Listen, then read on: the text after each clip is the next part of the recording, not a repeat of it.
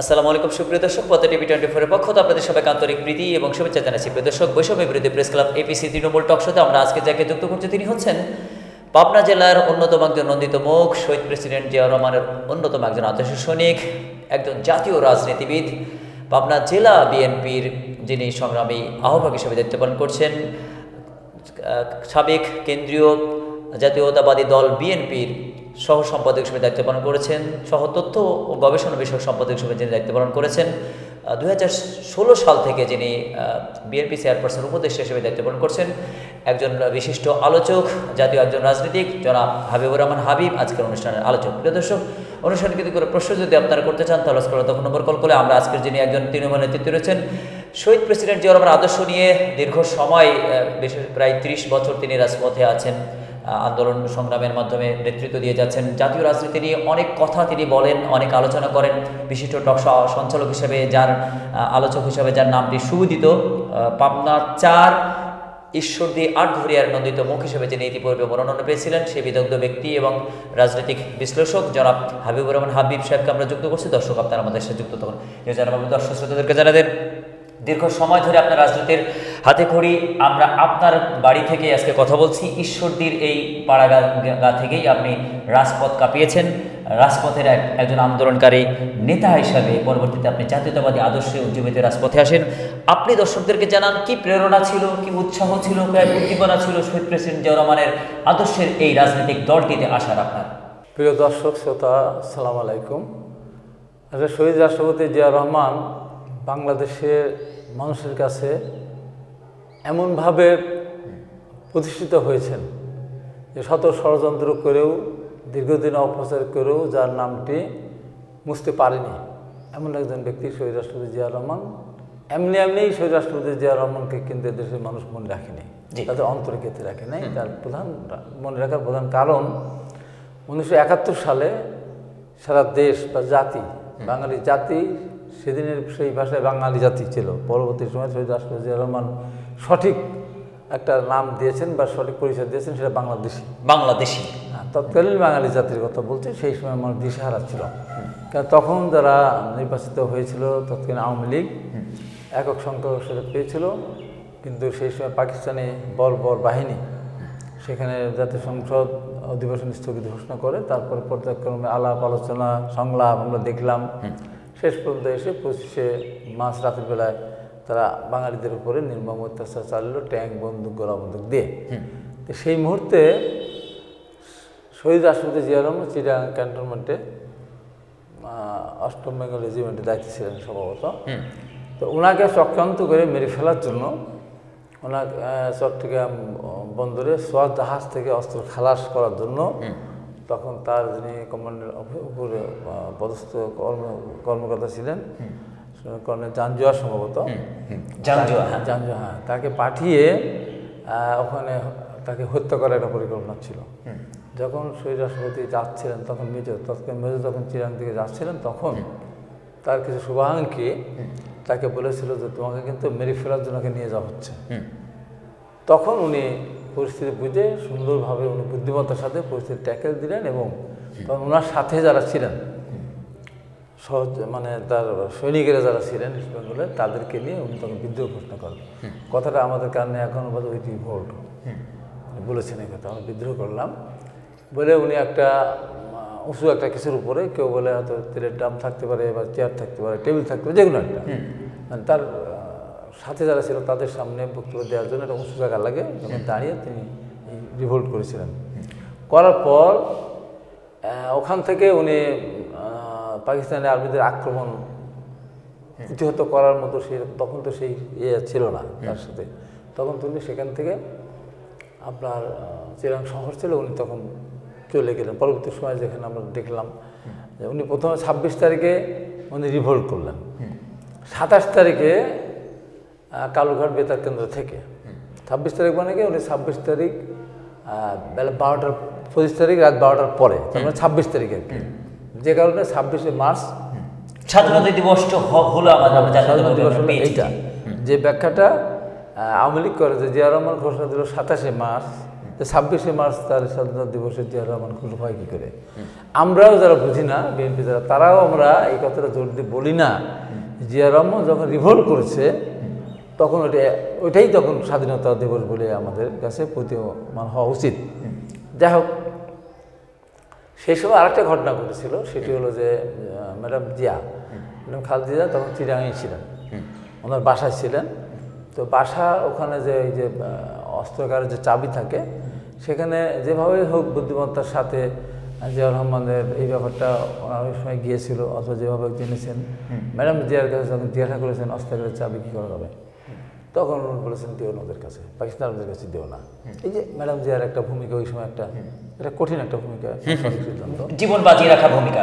তারপরে উনি ওখান থেকে কালোখান বেতার কেন্দ্রে উনি সুপ্রিম অথরিটি হিসাবে উনি বাংলাদেশের স্বাধীনতা ঘোষণা করেন এবং সারা বিশ্বকে সাহায্য সহযোগিতা করার জন্য আহ্বান জানালেন। জি, আপনি যে ইতিহাস থেকে যেটি বলছিলেন, বিশেষ করে 7ই মার্চের প্রেক্ষাপটে ছিল তৎকালীন বঙ্গবন্ধু বা যাকে জাতির অবিসংবাদিত নেতা ভাবা হচ্ছিল, তার কাছে একটা প্রত্যাশা চাওয়া ছিল তিনি একটা স্বাধীনতার ঘোষণা দিবেন।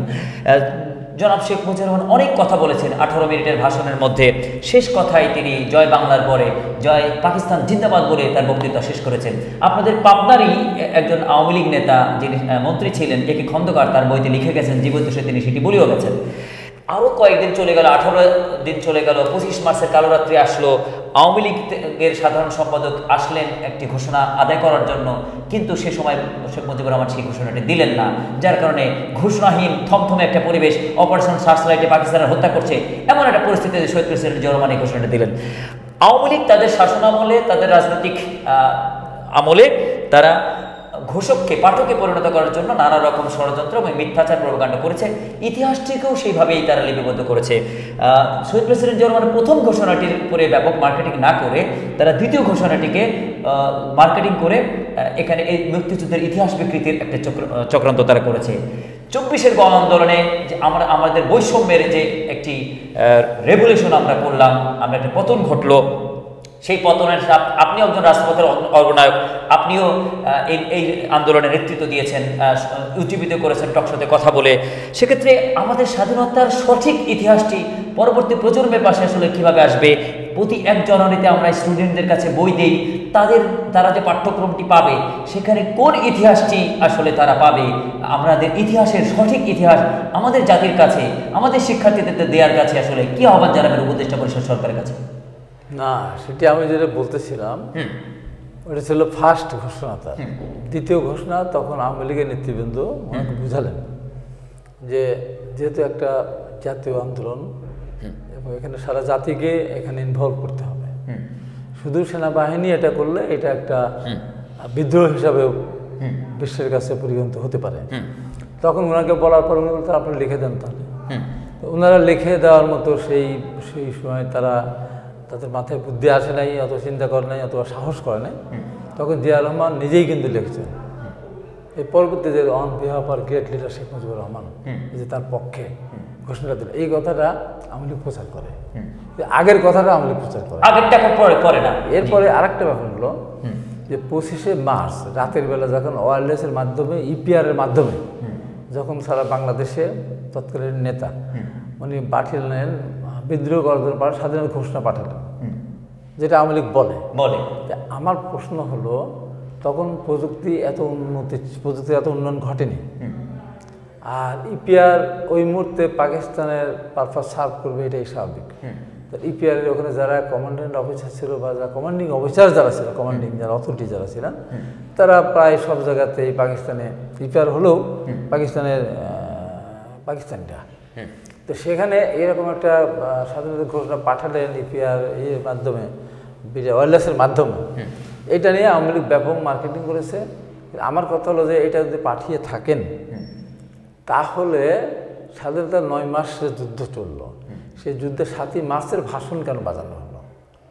সর্বশ্রেষ্ঠ 25শে মার্চ রাতের বেলায় স্বাধীনতার ঘোষণা যেটা ইপিআর কাছে পাঠালেন সেই ঘোষণাটা কেন বাজানো হয়নি, অর্থাৎ সেটা কেন বারবার দেখানো হয়নি যে এই যে আমাদের নেতা উনি এই ঘোষণাটা উনি দিয়েছিলেন, স্বাধীনতার ঘোষণাটা দিয়েছিলেন বা ডাক দিয়েছিলেন, সেটা কিন্তু তারা বলে না।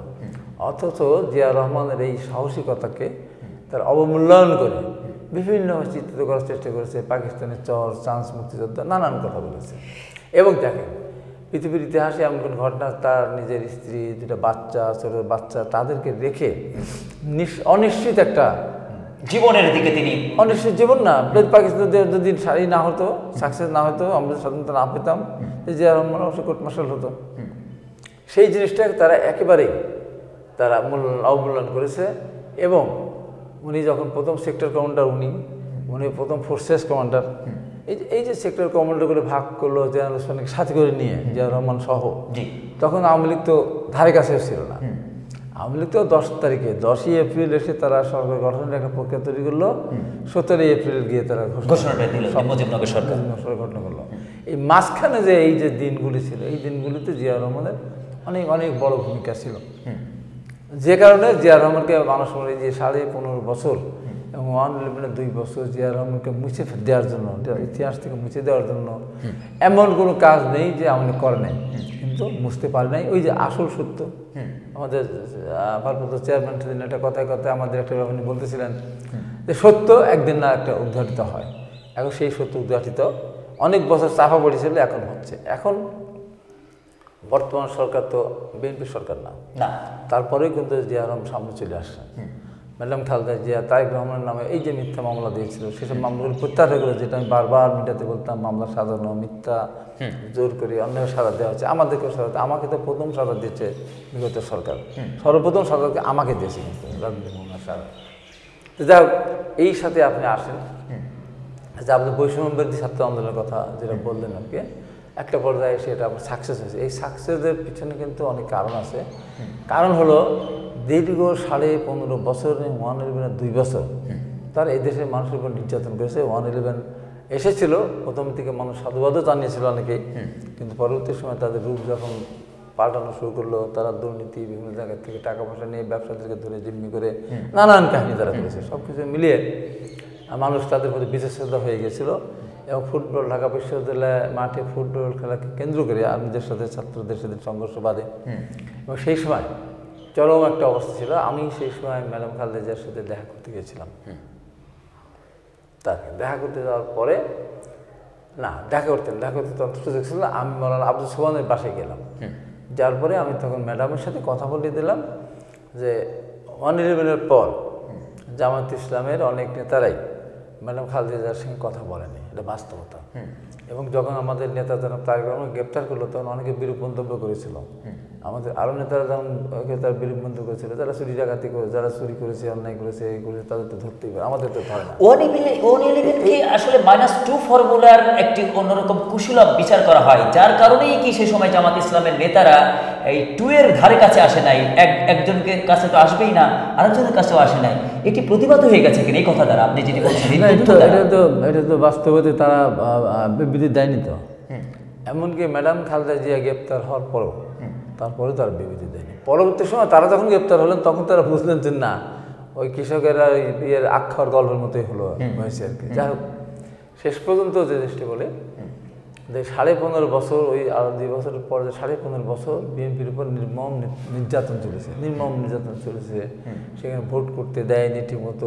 2008 সালে যে নির্বাচনটা হলো, বিএনপি প্রার্থী হয়তো 2001 সালে জয়লাভ করেছিল। বিএনপি 183টা আসন একাই পেয়েছিল। তো সেখানে একটা প্রার্থী হয়তো ভোট পেয়েছিল 1,10,000, আওয়ামী লীগ ভোট পেয়েছিল 80,000।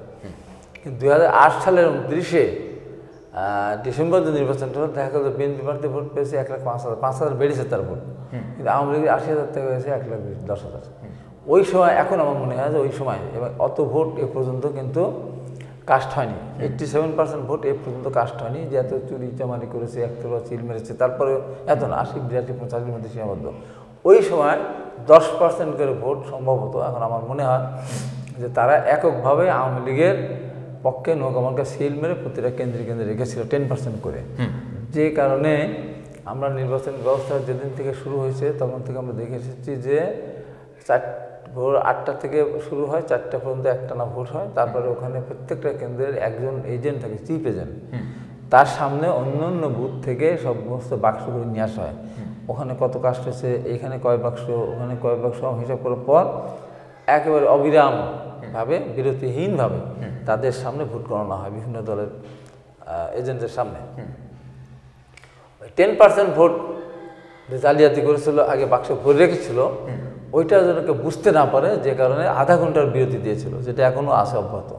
আধা ঘন্টার বিরতি দেওয়ার মধ্যে দিয়ে ওই বাক্সগুলি নৌকামার্কা সিল মারা বাক্সগুলি নিয়ে এখানে তার বাক্স থেকে ব্যালট পেপার এক জায়গায় করে গুনে দেখা গেল যে আওয়ামী লীগের ভোট অনেক বেড়ে গেছে, বিএনপির ভোট এক সালে যা তার চেয়ে কিছুটা বেড়েছে, কমে নেই কিন্তু আওয়ামী লীগ অনেক বেশি ভোট তারা পেয়েছে, মানে ওইভাবে তারা নিয়েছে। জনাব আপনি এখানে আপনি একটু গভীরে যান। 111 সরকার তারা আলটিমেটাম দিচ্ছিল যে ম্যাডাম খালেদা জিয়া, আপনি যদি আমাদেরকে সেফ এক্সিট দেন তাহলে আমরা আপনাকে ক্ষমতায় নিয়ে আসবো, আপনার সন্তানের উপর কোনো নির্যাতন হবে না, নিপীড়ন হবে না।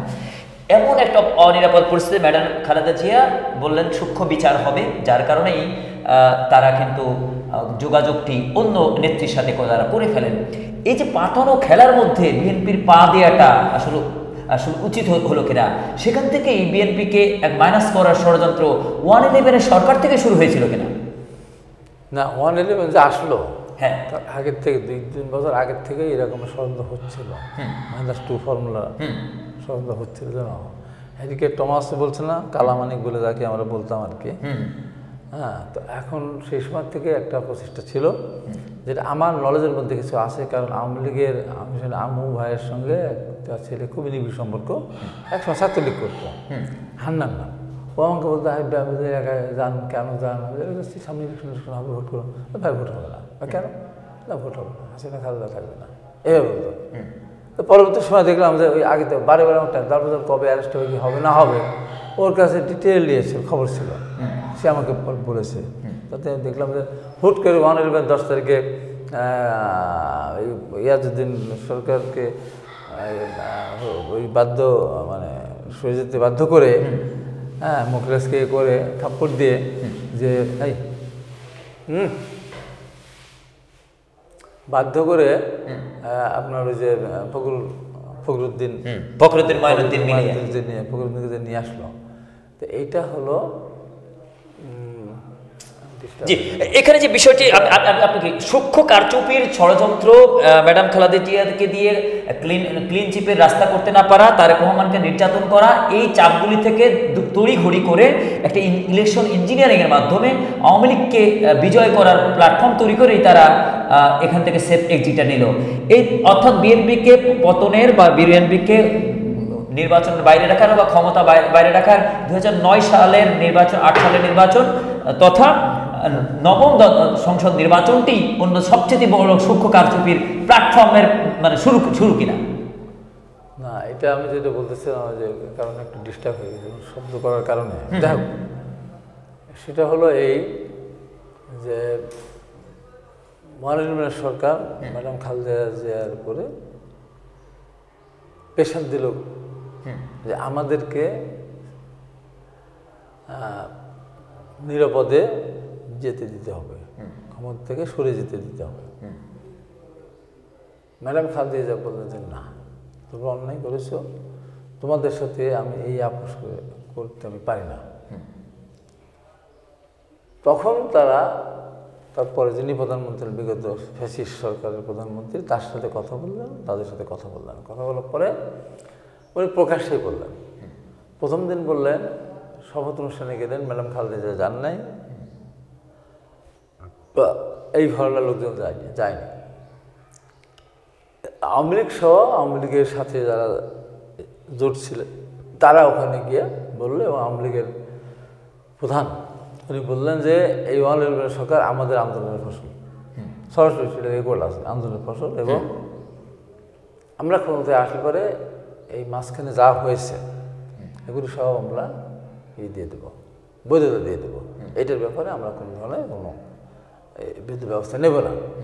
তখনই তারা আওয়ামী লীগের রাষ্ট্রীয় ক্ষমতা আনার জন্য উঠে উড়ে লাগলো, এবং তারই ফলশ্রুতিতে মানে আওয়ামী লীগের রাষ্ট্রীয় ক্ষমতা আসার যত দরকার ছিল, যত প্রয়োজন ছিল, তার চেয়ে বেশি প্রয়োজন ছিল শেষে 111 সরকার। তারা সেদিন ভাবলো যদি কোনো মতো আওয়ামী লীগ ক্ষমতা না আসতে পারে কোনো কারণে, তাহলে আমাদের জন্য বিপজ্জনক হয়ে যায়, পরিস্থিতির সৃষ্টি হবে। সেই কারণেই তারা ওই যে 10% ভোট, ওটা আওয়ামী লীগের এমপি মন্ত্রী যারা তারাও জানে না ঠিক মতো, আমার কাছে নিজেদেরকে সেভ করার জন্য এই তারা উৎসাহী কাজটি তারা করেছিল এবং দায়িত্বের সাথে এটা করেছিল। দায়িত্ব নিয়ে করেছিল এবং যেটা এই দীর্ঘ 15.5 বছর মধ্যে অনেক বছর ধরে আমরা একটা কথা বলতাম, আওয়ামী লীগ রাষ্ট্রীয় ক্ষমতা থেকে চলে যেতে চেলেও একটা সুষ্ঠু নির্বাচন দিয়ে ক্ষমতা হস্তান্তর করতে চাইলেও এই দেশের প্রশাসনের যারা কর্মকর্তারা অন্যায়ভাবে বা যে সমস্ত অবৈধ সুযোগ সুবিধা নিচ্ছেন তারা তাদের তাগিদে যেতে দেবে না, এরকম একটা কথা ছিল। কিন্তু এত অবগ্নতা তাদের প্রয়োজনেই তারা সেটি করেছে এবং শেষ পর্যন্ত তার প্রমাণ হলো তার সেই চেষ্টা আল্লাহদিন পাটা লড়া না প্লিজ। তো এখানে তারা সব চেষ্টা করেছে, যে কারণে এতগুলি মানুষকে হত্যা করেছে।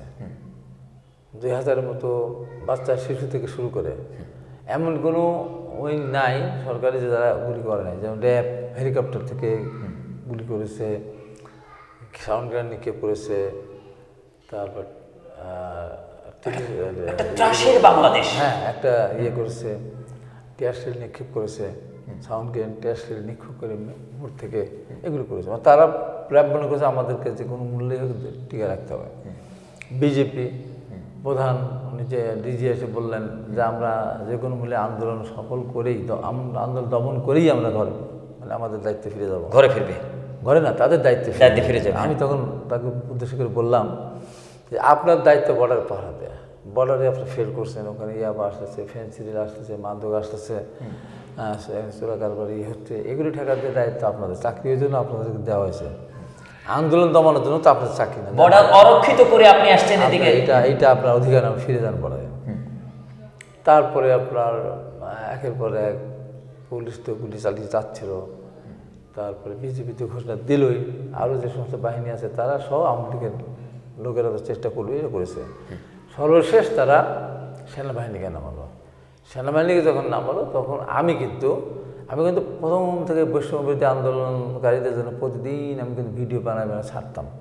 এই ভিডিও বাংলাদেশের থেকে না পাঠালেও আমি মালয়েশিয়া থেকে পাঠাতাম, আমার আর কি সবুজ নামে একজন আছে, তো সেই ভিডিও অনেক সময় বাংলাদেশে আমরা দেখতে পাইনি, পৃথিবীর অন্য দেশ দেখেছে। প্রতিদিন আমি এই আপডেট দিতাম, এটা হচ্ছে এটা হচ্ছে এটা হচ্ছে, সরকার থাকতে পারবে না না। তবে সেনাবাহিনীকে উদ্দেশ্য করে বললাম যে ট্যাঙ্ক নিয়ে যখন আসলো একটা গোলা ছোড়েন, তো চ্যালেঞ্জ দিব একটা গোলা ছোড়েন, তারা তাদের সঙ্গে ব্যবহৃত হেলিকপ্টার এখন ব্যবহার করেছে, একটা গোলা হেলিকপ্টার আমরা দেখেছি, ট্যাঙ্ক দেখেছি। আমি বলেছি আর একটা গোলা ছোড়েন তো কেমন পারেন, দেখি আপনাদের কত ক্ষমতা। যাক, তারা গোলা ছোড়ে নাই। কয়েকদিন পরে আমি বললাম যে আপনাদেরকে আমি আহ্বান জানাতে চাই যে আপনারা জনগণের পাশে দাঁড়ান। এখন এই সরকার যে জায়গায় চলে গিয়েছে, আমার সব ইউটিউবে সব কিন্তু আছে, যে জায়গায় চলে গিয়েছে এখানে পুলিশ ফেল করেছে, র্যাব ফেল করেছে, বিজিবি ফেল করেছে, রিজার্ভ ফোর্স ফেল করেছে, আনসার ফেল করেছে, যত ধরনের সরকারের সংস্থা আছে সব ফেল করেছে। এই সরকারকে টিকিয়ে রাখার ক্ষমতা আর কারণ নাই, কেউ পারবে না। আপনারাও যদি এই সরকারকে টিকিয়ে রাখতে চান আপনারাও পারবেন না। তবে আমি বলবো আপনাদেরকে আমরা পরাজিত, আপনারা পারবেন না, আপনারা পরাজিত হবেন। সব উইং পরাজিত হয়েছে, আপনারা পরাজিত হবেন। তা আমরা আপনাদেরকে পরাজিত করতে চাই না, কারণ আপনারা আমাদের শেষ, আমাদের ঐতিহ্য, আমাদের সম্মান, আমাদের সেনাবাহিনী, আমাদের দেশ রক্ষা কবচ আপনারা। আপনাদেরকে আমরা পরাজিত করতে চাই না, কারণ আপনারা এই সরকার টিকে রাখতে হলে পরাজিত হবেন 100%, 100% নিশ্চিত। এই জন্য আপনাদেরকে বলবো, আপনাদেরকে আমরা পরাজিত করতে চাই না। কেন চাই না? যে আপনাদেরকে পরাজিত হলে, আমাদের কাছে পরাজিত হলে এরপরে যদি মায়ানমার আমাদের উপরে গুলি করে আক্রমণ করে আপনার কলকাতা চলে যাবেন, আর ভারত আক্রমণ করলে আপনার বঙ্গোপসাগরে ডুবে মরে যাবেন, ডুবে মরবেন বঙ্গোপসাগরে ডুবে যাবেন। তো আপনাদের মনোবল আমরা নষ্ট করতে চাই না, আপনারা জনগণের কাতারে চলে আসেন। দেখ, সেনাবাহিনীর জনগণের কাতারে আহ্বান করে তারা শুনলো এবং পাশে ছিল। এই সেনাবাহিনী যদি সর্বশেষ এই পাশে না দেয়, ব্যাপক মাসাকার হলো। প্রধানমন্ত্রী গুলি করতে বলেছে, ব্রাশফায়ার করতে বলেছে, নির্মমভাবে হত্যা করতে বলেছে, কিন্তু সেনাবাহিনী শুনে নাই, তারা জনগণের পাশে এসে দাঁড়িয়েছিল। এখন কথা হলো, যে সেনাবাহিনী আমাদের গর্বের ধন, সেই সেনাবাহিনীকে আওয়ামী লীগ যথেষ্ট ব্যবহার করেছে, এরশাদ ব্যবহার করেছে, ভোট কাটাতে, ভোট ডাকাতি। আমরা 18 সাল নির্বাচন দেখলাম সেনাবাহিনী নির্বিকার, বিজেপি নির্বিকার, র্যাব নির্বিকার, প্রশাসন যেভাবে রাতে ভোট হয়ে যাচ্ছে, তারা সব সহযোগিতা করছে, সব কিছু করছে। মানে এক কথায় সমস্ত বাহিনীর চরিত্র নষ্ট করে দিয়েছে। যখন সেনাবাহিনীর একজন মেজর একটা জেলার দায়িত্বে ছিল, বা একটা ক্যাপ্টেন একটা উপজেলাতে দায়িত্বে ছিল, দুজনটা নির্বাচনী এলাকায়, তাকে সে যখন দেখেছে তার সামনে ভোট কেটে নিয়ে যাচ্ছে, সে কিছু করতে পারছে না, অসহায়, তাদের আঘাত থেকেছে প্রচণ্ড। কিন্তু তারা প্রতিবাদ করতে পারে নাই, কারণ এইটা ছাড়া তার চলার কোনো রাস্তা নেই। এখান থেকে প্রতিবাদ করতে তার চাকরি চলে যাবে, তার বউ ছেলে মেয়ে না খেয়ে থাকবে বা পথে বসে যাবে, যে কারণে এটা করে নেই। তো এই সব কিছু মিলে দীর্ঘদিন যাবৎ এই যে ম্যাডাম খালেদা জিয়ার বিরুদ্ধে যে সাজানো মামলা দিল, তারেক রহমান মানে কত অপপ্রচার করলো, 3 টাকা চুরি করেছে, আত্মহত্যা করেছে, কত কথা। অথচ আপনি কিন্তু চ্যালেঞ্জ নিয়ে অনেক কথা বলেছেন যে তারেক রহমান এবং ম্যাডাম খালেদা জিয়া যে 1 টাকা নিয়েছেন, তো প্রমাণ দিতে পারলে আমি আমার গড়দান দিয়ে দেবো, আর কথা একটু লাগাম দিয়ে বলবেন, এমন হতে পারে তাদের জিহ্বাটাও কাটা যেতে পারে।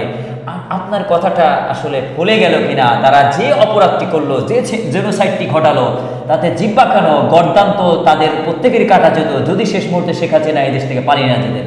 না, এখানে আমি ম্যাডাম খালেদা জিয়ার ব্যাপারে আমি পরিষ্কার বক্তব্য দিয়েছিলাম যে উনি এই এতিমের টাকা আত্মসাৎ করেন নাই, জিয়া রহমান ট্রাস্টের সাথে তার কোনো সম্পর্ক নেই। এখানে একটা ভুল করেছিল সেই সময় কামাল উদ্দিন সিদ্দিকী মুখ্য সচিব, যখন এই টাকাটা কুয়েতে গেছিলেন, কুয়েতে আমি টাকাটা শহীদ রাষ্ট্রপতি জিয়া রহমানের প্রতি শ্রদ্ধা স্বরূপ তার নামে কিছু অবকাঠামো তৈরি করার জন্য বা স্মৃতি ধরে রাখার জন্য টাকা দিয়েছিলেন, 4,61,00,000 টাকা মতো বাংলা টাকায়।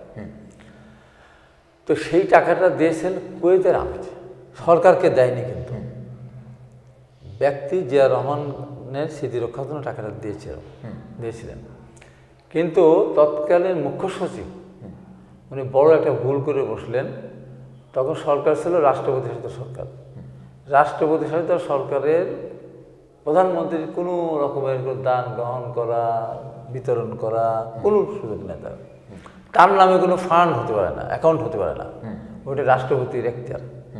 কিন্তু এনারা না বুঝে একটা অ্যাকাউন্ট করলেন সোনালী ব্যাংকে।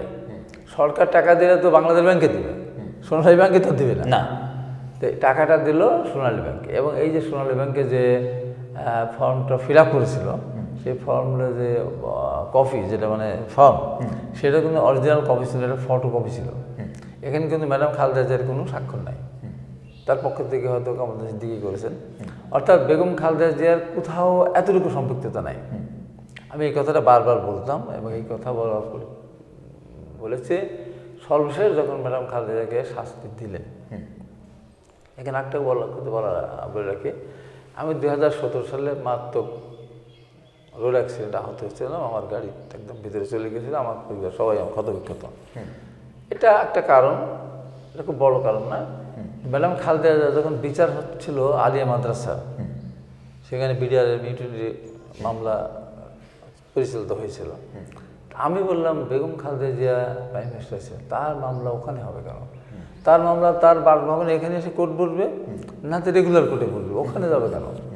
বিদ্রোহীদের যেখানে বিচার হয়েছে, যে কারণে আমি ওই কোর্টে আমি যেতাম না। একদিন শুধু গিয়েছিলাম, একদিন শুধু। আমি প্রতিবাদ সময় যাইনি। আমি জানি এই মামলা এখানে গিয়ে সাজা দিয়ে দেবে, খামাখায় দৌড়াদৌড়ি করা, আমাদের ছেলে আহত হচ্ছে, বারবার নির্যাতন হচ্ছে, গ্রেপ্তার হচ্ছে। একদিন কথা আসলো যে কালকে সবাইকে যেতে হবে আলিয়া মাদ্রাসায়। আমার অনেক সিনিয়র নেতৃবৃন্দ ছিলেন, আমি বললাম আমি যাবো না। সবাই তাকায়, কেন যাবে না? যাবো না। মানে সবাই অবাক হয়ে গেছে, ম্যাডাম খালেদা জিয়ার মামলা চলবে, হাই ভাই যাবে না, এত বড় সাহস করে কথা বলতেছে দৃঢ়তার সাথে, মানে যাবো না। তবে মানে কেন, তবে শর্ত আছে একটা, কি আমি যাব আলিয়া মাদ্রাসার মাঠে, শর্ত হলে 1 লক্ষ লোক জমায়েত হতে হবে, গিয়ে ওই ভেঙে চুরে তছনছ করে দিয়ে আসবো যে ম্যাডাম খালেদা জিয়ার বিচার এখানে হতে পারে না। তাহলে আমি দাঁড়িয়েছি, তো না তাই না, তাহলে যাবো না, যাইনি। এমনকি ম্যাডাম খালেদা জিয়া যখন এবার হাসপাতালে আসছেন না, বারে বারে সব লোকজন দল দল বেড়ে যায়, দৌড়ে যায়, গ্লাস ধরে দৌড়ায়, সামনে দৌড়ায়, পিছিয়ে দৌড়ায়, টিভিতে দেখে। আমাকে কেউ দেখেছে? কেউ দেখে। একদিনের জন্য যায়, একদিনের জন্য ম্যাডামকে দেখার জন্য আমি হাসপাতালে যাইনি। আল্লাহর কাছে আমি সবসময় দোয়া করতাম, প্রার্থনা, আল্লাহ আমি ম্যাডাম বন্দি ম্যাডাম খালেদা জিয়ার সঙ্গে আমি দেখা করবো না, মুক্ত ম্যাডাম খালেদা জিয়ার সঙ্গে ম্যাডাম খালেদা জিয়ার সঙ্গে আমি দেখা করবো। আল্লাহ আপনাকে এই তৌফিকটা আপনি দেন। 3 রাত যতবার নামাজ পড়ি, 5 বার নামাজ পড়ি, একই দোয়া করতাম। তো যাই হোক, এই জন্য আমি যাইনি। এবার আমার একটা বাগান আছে, আম বাগান, অনেক সুন্দর আম হয়েছিল। এবার আম বাগানটা একটা ভিডিও করলাম, লাইভ প্রোগ্রাম করলাম। লাইভ প্রোগ্রাম করার শেষে আমার এখানে একটা মাদ্রাসা আছে এবং মাদ্রাসার হুজুর এবং একজন হাফিজ, যে বাগানটা আবার ওদের কাছে বিক্রি করেছিলাম। আম বাগান দেখানোর পরে আমি হুজুরকে বললাম, একটু দোয়া করে দাও আমার এই বাগানের আম যেন ম্যাডাম খালেদা জিয়া খেতে পারেন। তখন খুবই অসুস্থ, তখন এবার ভীষণ অসুস্থ, মানে কী যে অবস্থা হবে আমরা জানি না।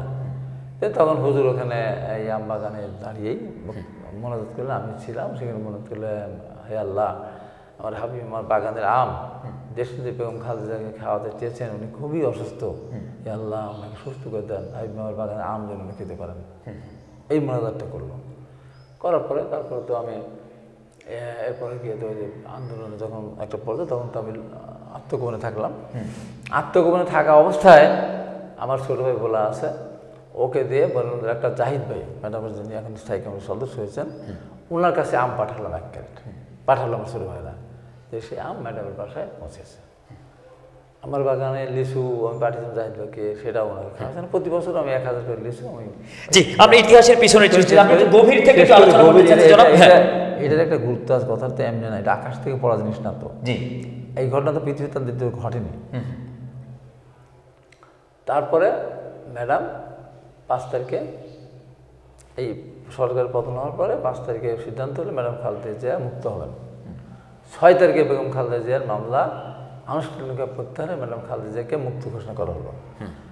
এর ভিতরে 6 তারিখে সকালবেলা আমাদের দলের ভারপ্রাপ্ত চেয়ারম্যান জনাব তারেক রহমান মেসেজ পাঠালেন আমাদের ডক্টর আসাদুজ্জামান রিপন এবং হাবিবুল কালাম সোহেন, দায়িত্বপ্রাপ্ত একজন ভাইস প্রেসিডেন্ট, একজন যুগ্ম মহাসচিব। আমাকে ওনারা ফোন করলেন যে চেয়ারম্যান সাহেব বলেছেন আপনি এলাকায় চলে যেতে হবে। তা আমি ওনাদের জনকে বললাম আমি আজকের দিনটা যাবো না, আজকের দিন আমাকে সময় দেবো, আগামীকাল আমি ম্যাডাম খালেদা জিয়ার সঙ্গে দেখা করবো। তখন আমি ডক্টর জাহিদ ভাইয়ের সাথে আমি কথা বললাম, জাহিদ ভাই আমি তো কালকে চলে যাবো, আমি ম্যাডামের সাথে একটু দেখা করে যেতে চাই। তো জাহিদ ভাই অত্যন্ত ভালো মানুষ, আমার সাথে খুবই সম্পর্ক, যদি স্থায়ী কমিটির সদস্য, বয়স আমার ছোটো, আমাকে সেই সম্মানই করেন। তাহলে দিনাজপুরের 6-এর প্রার্থী তিনি। তখন আমাকে বললেন যে আপনি আসেন। তো আমি গেলাম, যাওয়ার পর কিছুক্ষণ অপেক্ষা করলাম। কেন করলাম? যে এই যে হেফাজতের এরা মমিনুল তো হুজুর, ওনারা গেছেন দেখতে, ওনারা গেছেন, ওনারা বের হলেন। তারপরে আমার মনে হয় যে বিএনপির নেতাদের মধ্যে মহাসচিব পরে গেছেন, তার অন্য কাজ ছিল। আমরা ঢুকলাম, সালাম আমি প্রথম, মানে আমি সোহেল আর পরে ঢুকলাম একসাথে। ঢুকে ম্যাডামকে ওই কথা বললাম, এটা তো ইতিহাস। ম্যাডামকে ওই কথা বললাম, ম্যাডাম আমি আপনার মামলার হাজিরাতে কোনো যাইনি, এই কারণে আপনার হাসপাতালের সামনে কোনোদিন আসিনি, আমি বন্দি বেগম খালেদা জিয়াকে আমি দেখবো না বলে। আজকে আমি এসেছি, আল্লাহ পাক আমার দোয়া কবুল করেছেন, আপনি আজকে মুক্ত, আজকে আমি আপনার সাথে দেখা করতে পারবো। এটা আমার জীবনের সবচেয়ে বড় একটা মানে আল্লাহর কাছে ছিল, আমি এটা পেয়েছি। এবং আমি আমার বাগানে, আম বাগানে যে ভিডিওটি করে বলেছিলাম হুজুর যে আপনি যেন আমার বাগানে আমটা খেতে পারেন, দোয়া করেছিলেন, আল্লাহ আপনাকে সুস্থ করেছেন। হ্যাঁ হাবিব, আমি তোমার বাগানে আম খেয়েছি। এটা তো ঐতিহাসিক ঘটনা। ইমাজিন আপনার কাছে এটা কী ব্যাপার? এটা আমার বাগানে আম খাওয়া চেয়েছিলাম, লুকিয়েছিলাম, সেখান থেকে পাঠালাম, সেই আম খাওয়ালেন, খেলেন, প্রথম দিন যেন মুক্ত হলেন, সেদিন আমি দেখা করেছি। আমি সবচেয়ে বড় নেতা ছিলাম ওই সময়, ওই সময় আমি প্রথম ম্যাডামদের, তার পরে ঢুকেছেন। এখন দেখেন, ওখান থেকে আরেকটা কথা আমি বলে আসছি ম্যাডামের কাছে, ম্যাডাম আমার আরেকটা প্রত্যাশা। কি একটা প্রত্যাশা? আল্লাহ পাক আপনি আরও সুস্থ করে দেন। এই দেশের মানুষ আপনাকে অত্যন্ত শ্রদ্ধা করে, একটা বার আপনি এই দেশের মানুষের সেবা করার সুযোগ পান, মহান আল্লাহর কাছে এই দোয়া এখান থেকে আমি করবো, এর বাইরে আমার কোনো দোয়া নেই। আর যেন তারেক রহমান দেশে ফিরে আসবেন, আপনার পাশে থেকে দেশ সেবা করবেন। এখন আমি কি করব, কি বলার আছে, কি করার আছে? বলে এলাকা যাও, এলাকায় গিয়ে মানুষের সাথে মেশো, কথা বলো, মানুষের উপর যেন কোনো অত্যাচার নির্যাতন না হয়, কেউ যেন কারোর বিরুদ্ধে কোনো কিছু না করে, কারোর বাড়িঘর আক্রমণ করা অথবা যে ধরনের শান্তি শৃঙ্খলা বজায় রাখা, মানুষ যেন আমাদেরকে মনে প্রাণে গ্রহণ করে, মুদ্রার এপিটোপিট না বলে। এটা চিন্তা করে, এতদিন কারাগারে ছিলেন, এত বছর কারাগারে থাকলেন, কারাগার থেকে ওই দিনই প্রথম মুক্তি পেলেন, মুক্তির প্রথম দিনেই আমার মতো একজন নগণ্য কর্মীকে উনি বলছেন যে যাও এলাকায় যাও, মানুষের পাশে থাকো, কোনোভাবেই মানুষের জন্য কষ্ট না হয়। কত বড় মহা একটা বাণী, যেটা আমাদের ভারপ্রাপ্ত চেয়ারম্যান প্রতিদিন বলে যাচ্ছেন। মা যেমন চেয়েছেন ছেলে তেমনই চাচ্ছেন। আচ্ছা, এখানে যদি আমরা পিছনে টানি, 1981 সাল থেকে 91 পর্যন্ত তিনি দুটি পদবিতে বা উপাধিতে তিনি ভূষিত হন। এক হচ্ছে দেশনেত্রী, এক হচ্ছে আপসী নেত্রী। এরপর 1/11-এর সময় তিনি দেশ মাতা এবং মার্চ ফর ডেমোক্রেসির কারণে তিনি গণতন্ত্রের মাতা। এই চারটি উপাধি কিন্তু জনগণ, সাধারণ জনতা, দেশবাসী তাকে মাঠ থেকে দিয়েছেন। তাহলে তিনি আটপরে একজন নারী, তার স্বামীর 19 দফা, তার স্বামীর গড়া দলকে গড়ার জন্য তিনি যেভাবে ধারণ করলেন, জেরক্স কপি হিসাবে তার প্রিয় হাজব্যান্ড মেজর জিয়াকে ধারণ করে তিনি যেভাবে নেতৃত্ব দিচ্ছেন, সেক্ষেত্রে আপনারা একেবারে এজেন্ডার কপি হিসাবে মেজর জিয়ার বা লেফটেন্যান্ট জেনারেল বা সাবেক রাষ্ট্রপতি জিয়ার কপি হিসেবে ম্যাডাম খালেদা জিয়ার নেতৃত্ব আপনারা পেয়েছেন কিনা? দেখেন, ইতিহাসের কিছু অংশ থাকে যেটার সাথে আর কোনো কারো তুলনা হয় না। আপনি যদি দেখতে চান, আপনি যে কথাগুলি বললেন, এই পৃথিবীতে একজন নেত্রীও একাধারে দেশনেত্রী, তার মানে সারা বাংলাদেশের উপরে তার প্রভাব, জি, সেইটা প্রমাণ হলো কিভাবে? 91 সালে যখন 5টি আসন নির্বাচন করার আমাদের আইন ছিল সংসদে, 5টি আসনে জয়লাভ করেই প্রমাণ করেছেন দেশনেত্রী।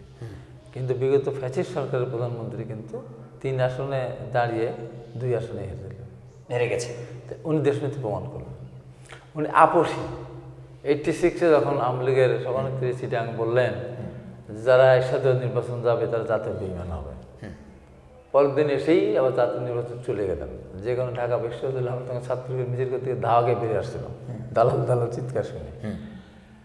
বেগম খালেদা কত বড় ভীষণ ছিল এবং কত মনোবলটা শক্ত ছিল যে আমি শর্টকাটে আমি ক্ষমতায় যেতে চাই না। দেখেন, 9 বছর আন্দোলন করেন। এই 9 বছর আন্দোলন করার কারণে কিন্তু আপসহীন নেত্রী হলেন। আপোষ একদিনের জন্য করেন নেই বলেই কিন্তু আপসহীন নেতৃত্ব। আর কারোর কিন্তু এই তকমাটা, জি, আর কারোর কিন্তু এই তকমাটা লাগেনি। তারপরে আপনি দেখেন, অনিলের ভিতরে একেবারে সামনাসামনি একটা জিনিস, ক্ষমতার দেওয়া, একটা ক্ষমতার যাওয়া, একটা জেলখানে যাওয়া, এরকম একটা পরিস্থিতি, ক্ষমতার বাইরে যাওয়া এই অবস্থা না? সেই মুহূর্তে কিন্তু অনড় ছিলেন, আমি আপোষ করবো না। অনিল সরকার উনি আপোষ করেননি এবং দীর্ঘদিন গণতান্ত্রিক আন্দোলনের হিসাবে এই যে সর্বশেষ যেটা হয়েছে আর কি, সেটা উনি গণতন্ত্রের মাতা হয়েছেন। আর আরেকটা ব্যাপার সবচেয়ে ওনাকে মানে স্মরণ করার দরকার সারা পৃথিবীর মানুষ, অনিল সরকার যখন বললেন যে আপনার 2 প্রথম বললেন যে আরাফাত রহমান কোকোকে নিয়ে আপনি চলে যান, তারেক রহমানকে আমরা ছাড়ব না। পরে যখন একটা পর্যায়ে আসলো যে ঠিক আছে ম্যাডাম অনর, তখন বললেন যে আপনার 2 সন্তান নিয়ে আপনি চলে যান, ম্যাডাম অনর যাবেন না। আমি ফোন করে বললাম, আমার তখন ফোনে কথা হচ্ছে, ম্যাডাম আপনি কোনোভাবেই যাবেন না। এই গুজো আসলো, সুটকেস গুছাচ্ছে, প্লেন এসে রেডি হয়ে বসে আছে, নানান কথা শুনছেন তো। আমি ম্যাডামকে ফোন করে বললাম এবং শেষ পর্যন্ত যাবেন না। আর ভিসা মানে টেনে হেঁচড়ে নিয়ে যায় আমার দেখে, আপনি সবাই যাবেন না, তা যাবেন। আমি জেডি খান তখন পেয়েছিলেন, ম্যাডাম একসময় এই সিকিউরিটি দেখাশোনা করতেন, তার বাসা খুঁজে বের করলাম। গিয়ে বললাম যে জেডি খানকে বললাম আমি তো ম্যাডামের বাসা দিতে পারবো না, আপনি যান। আপনি গিয়ে ম্যাডামকে বলেন যে কোনোভাবে আপনি যাবেন না, আমার মেসেজটাও দেন, আর কোনোভাবে যোগাযোগ করলে সৌদি জন্য ভিসা না দেয়, ভিসা দিলে যেতে পারেন না। এবং ওই সময় যান কঠিন সময়, যখন বিএনপির অনেক বড় বড় নেতা, এমপি, মন্ত্রীরা যারা হয়েছিলেন, সুবিধাবাদী ছিলেন, ম্যাডাম ফোন ধরতেন না। আমি ওই সময় নিজে গিয়ে আমি 1000 লিসু ম্যাডামের গেটে দিয়ে আসছিলাম। ওই সময় চিন্তা করতে পারেন আপনি, বাঘের খাঁচার ভিতরে কেউ ঢুকতে চায়, সেই সময় যাওয়ান তার বাড়ির সময় যাওয়ান গিয়ে মানুষের উঠে তার দিয়ে আসলাম। দেখেন ম্যাডাম বলেছেন। এখন দেখেন, এটা তো গেল, এই দিকগুলি গেল। নিজের জীবনের যে সংখ্যা যেটাকে, সেখানে উনি জানছেন যে আমি বিদেশে গেলে আমি সুস্থ হব, বিদেশে যেতে না পারলে আমি সুস্থ হতে পারবো না। একদিনের জন্য ম্যাডাম খালেদা জিয়া কিন্তু আপনারই করে নাই, আবেদন করে নাই।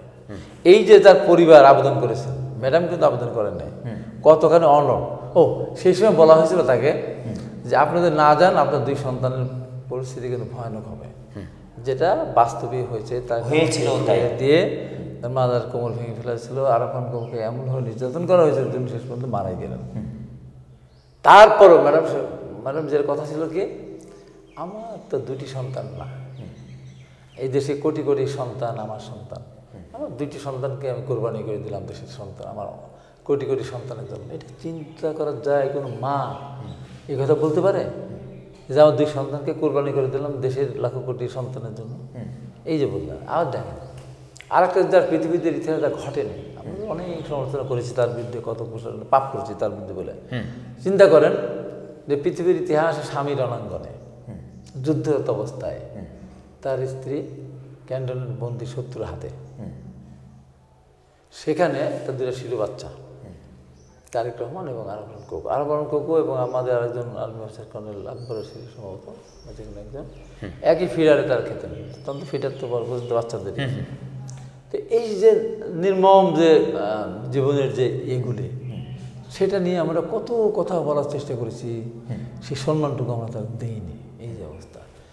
সর্বশেষ যেটা বলে যে মানুষের যে সত্য বের হয়ে আসে, এই যে এতগুলি ঘটনা যা পৃথিবী। তারপরে উনি কিন্তু বাংলাদেশের মুসলিম বিশ্বের বেনজির ভুট্টোর আগে হয়েছে বাংলাদেশের অন্তত প্রথম প্রধানমন্ত্রী, মহিলা প্রধানমন্ত্রী, ইতিহাসের প্রথম প্রধানমন্ত্রী, ইতিহাসের বাংলাদেশের প্রথম প্রধানমন্ত্রী। এবং আরেকটা জিনিস হলো যে এই পৃথিবীতে কোনো নেতা একই সময় 3-4টা আমাদের 3টা আসনে ছিল, পরে আগে 5টা আসনে নির্বাচন সুযোগ ছিল সংসদ আসনে, যতগুলি আসনে দাঁড়িয়েছেন ততগুলি আসনেই জয়লাভ করেছেন। দল ক্ষমতা যাক অথবা দল বিরোধীতে থাক জিতেছেন, এবং সম্ভবত সব আসনগুলি মিলে 23টা আসনে জয়লাভ করেছেন। এটা পৃথিবীর ইতিহাসে বিরল ঘটনা। তো এই যে একটা বর্ণাঢ্য একটা জীবন, আর নিজের ব্যক্তিগত যে কাজগুলি করেছেন, আজকে যে ইতিহাস যদি আমি আলোচনা করতে চাই, এখানে আমি একটু বলতে চাই যে ম্যাডাম খালেদা যে এগুলি করেছেন। দেখেন ম্যাডাম খালেদা জিয়া তো একজন গৃহিণী ছিলেন।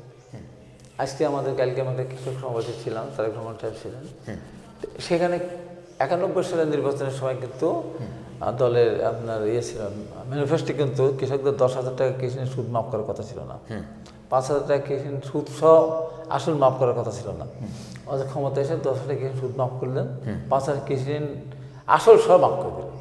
এই যে মেয়েরা স্কুলে যাবে, এটা আমরা শুনিও না, চিন্তাও করি নাই।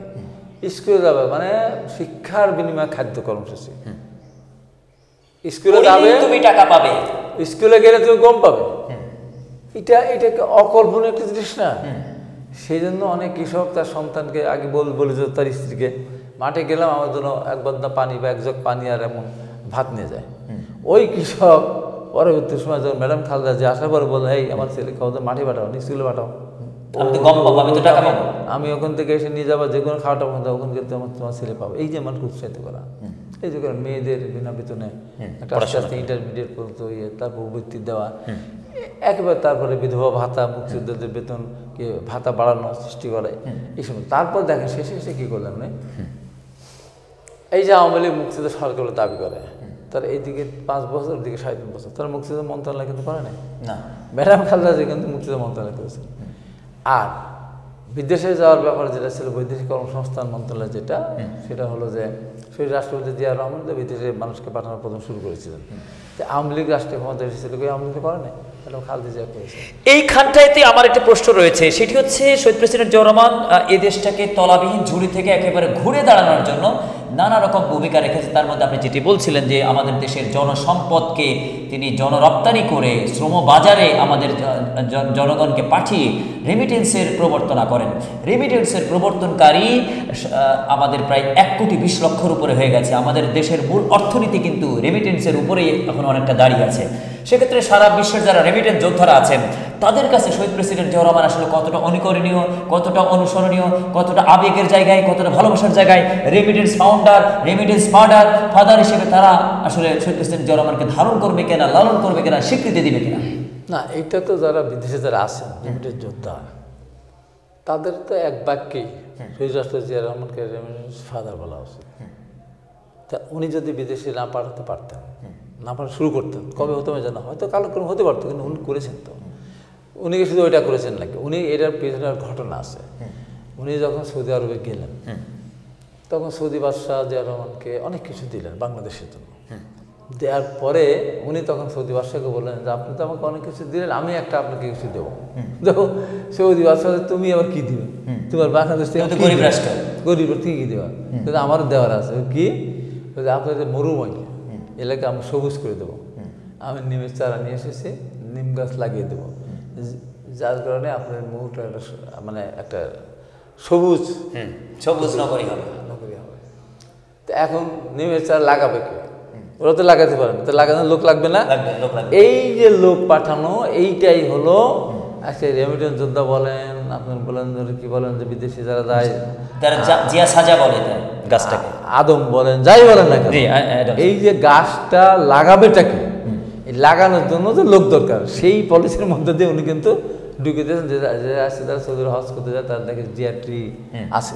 তো এই যে তার ভিতরে এই যে কত চিন্তা চেতনা কথা, আমি ভিক্ষারির মধ্যে চাইলাম যে আমার এখান থেকে 5,000 10,000 মানুষ আপনি এখানে নেন, এটা অসম্মানজনক। মানে বুদ্ধি করে বলছে যে তোমাকে আমি গাছ দেবো, গাছ লাগাইও তো আমি দেবো, তো লাগাতে আমার লোক লাগবে। বাংলাদেশের দুজন নেতার কথা খুব বলা হয়, একজন হচ্ছে বঙ্গবন্ধু খ্যাত বা শেখ মুজিবুর রহমান, আরেকজন শহীদ প্রেসিডেন্ট জিয়াউর রহমান। এই দুই নেতার জীবনের কর্ম নিয়ে কিন্তু অনেক আলোচনা আছে। 72-এ যিনি মহাহিরো, 72-এর 10 জানুয়ারি যাকে ফুলের শুভেচ্ছা দিয়ে গ্রহণ করা হলো, ট্রাকের পর ট্রাক ফুল হয়েছিল, আপনি নিশ্চয়ই আপনার স্মৃতিপটে আপনি যদি মনে করতে পারেন। এই ব্যক্তিকে 3.5 বছর মাত্র ক্ষমতা রাখা হলো, তাকে জাতির পিতা ঘোষণা করা হচ্ছে, তিনি সেটা মেনে নিচ্ছেন, সেটা চাচ্ছে বঙ্গবন্ধু মেনে নিচ্ছে, তিনি যা হতে চেয়েছেন দেশের মানুষ তাই তাকে করতে দিচ্ছে।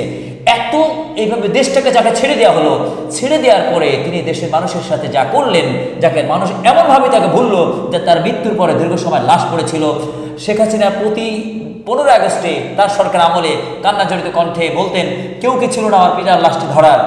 দেশের মানুষ তার জন্য গায়ে জানাজার নামাজ পড়েনি। টুঙ্গিপাড়াতে নিয়ে যাওয়া হয়েছে, 18 জনকে পাওয়া গেছে, 1800 জন হয়নি, 18,000 হয়নি, 18 লক্ষ হয়নি। এই যে তিনি 72-71-এ তার যে কৃতিত্ব, সেখানে 75-এ তিনি যেভাবে নিজেকে জিরো করে গেলেন। মীমাংসিত সত্যের একটি কথা আসছে, মীমাংসিত সত্য আসলে এটাই সত্যি কিনা যে 72-এর হিরো, 75-এর জিরো, 72-এর বঙ্গবন্ধু, 75-এর বঙ্গশত্রু, এটি আসলে অনস্বীকার্য কিনা? এটার কথা প্রশ্ন আসার আগে যারা মানে আরেকটা অবদানের কথা বলতে হবে। জি, আজকে বাংলাদেশে যে প্রায় 50 লক্ষ নারী সহ বিভিন্ন পর্যায়ে যারা আপনার গার্মেন্টস ফ্যাক্টরিতে কাজ করে, জি, একবার 2 থেকে 3 কোটি মানুষ বিভিন্ন পলিথিন থেকে শুরু করে বিভিন্ন কারখানায় তারা সুতা এটা সেটা বিভিন্ন থেকে শুরু করে এই গার্মেন্ট কিন্তু জিয়া রহমান প্রথম দেশ গার্মেন্ট নামে একটা গার্মেন্ট প্রতিষ্ঠানের মধ্যে প্রথম আমাকে চিন্তা করতে পারে বড় দর্জি, এটা আমি বড় দর্জি বলে যে আমাদের দেশের গার্মেন্ট বাইরে যাবে, এটা শহীদ রাষ্ট্র জিয়া রহমানের মাথায় এসেছিল বলে আজকে এই যে বেকার সমস্যার সমাধানটা হয়েছে, এটা তার একটা কাজ। আজকে আমরা যে কথাটা আগে উল্লেখ করলেন যে তলাবিহীন ঝুড়ি বা দুর্ভিক্ষ পীড়িত দেশ ছিল, তো ছিল অনস্বীকার্য ছিল।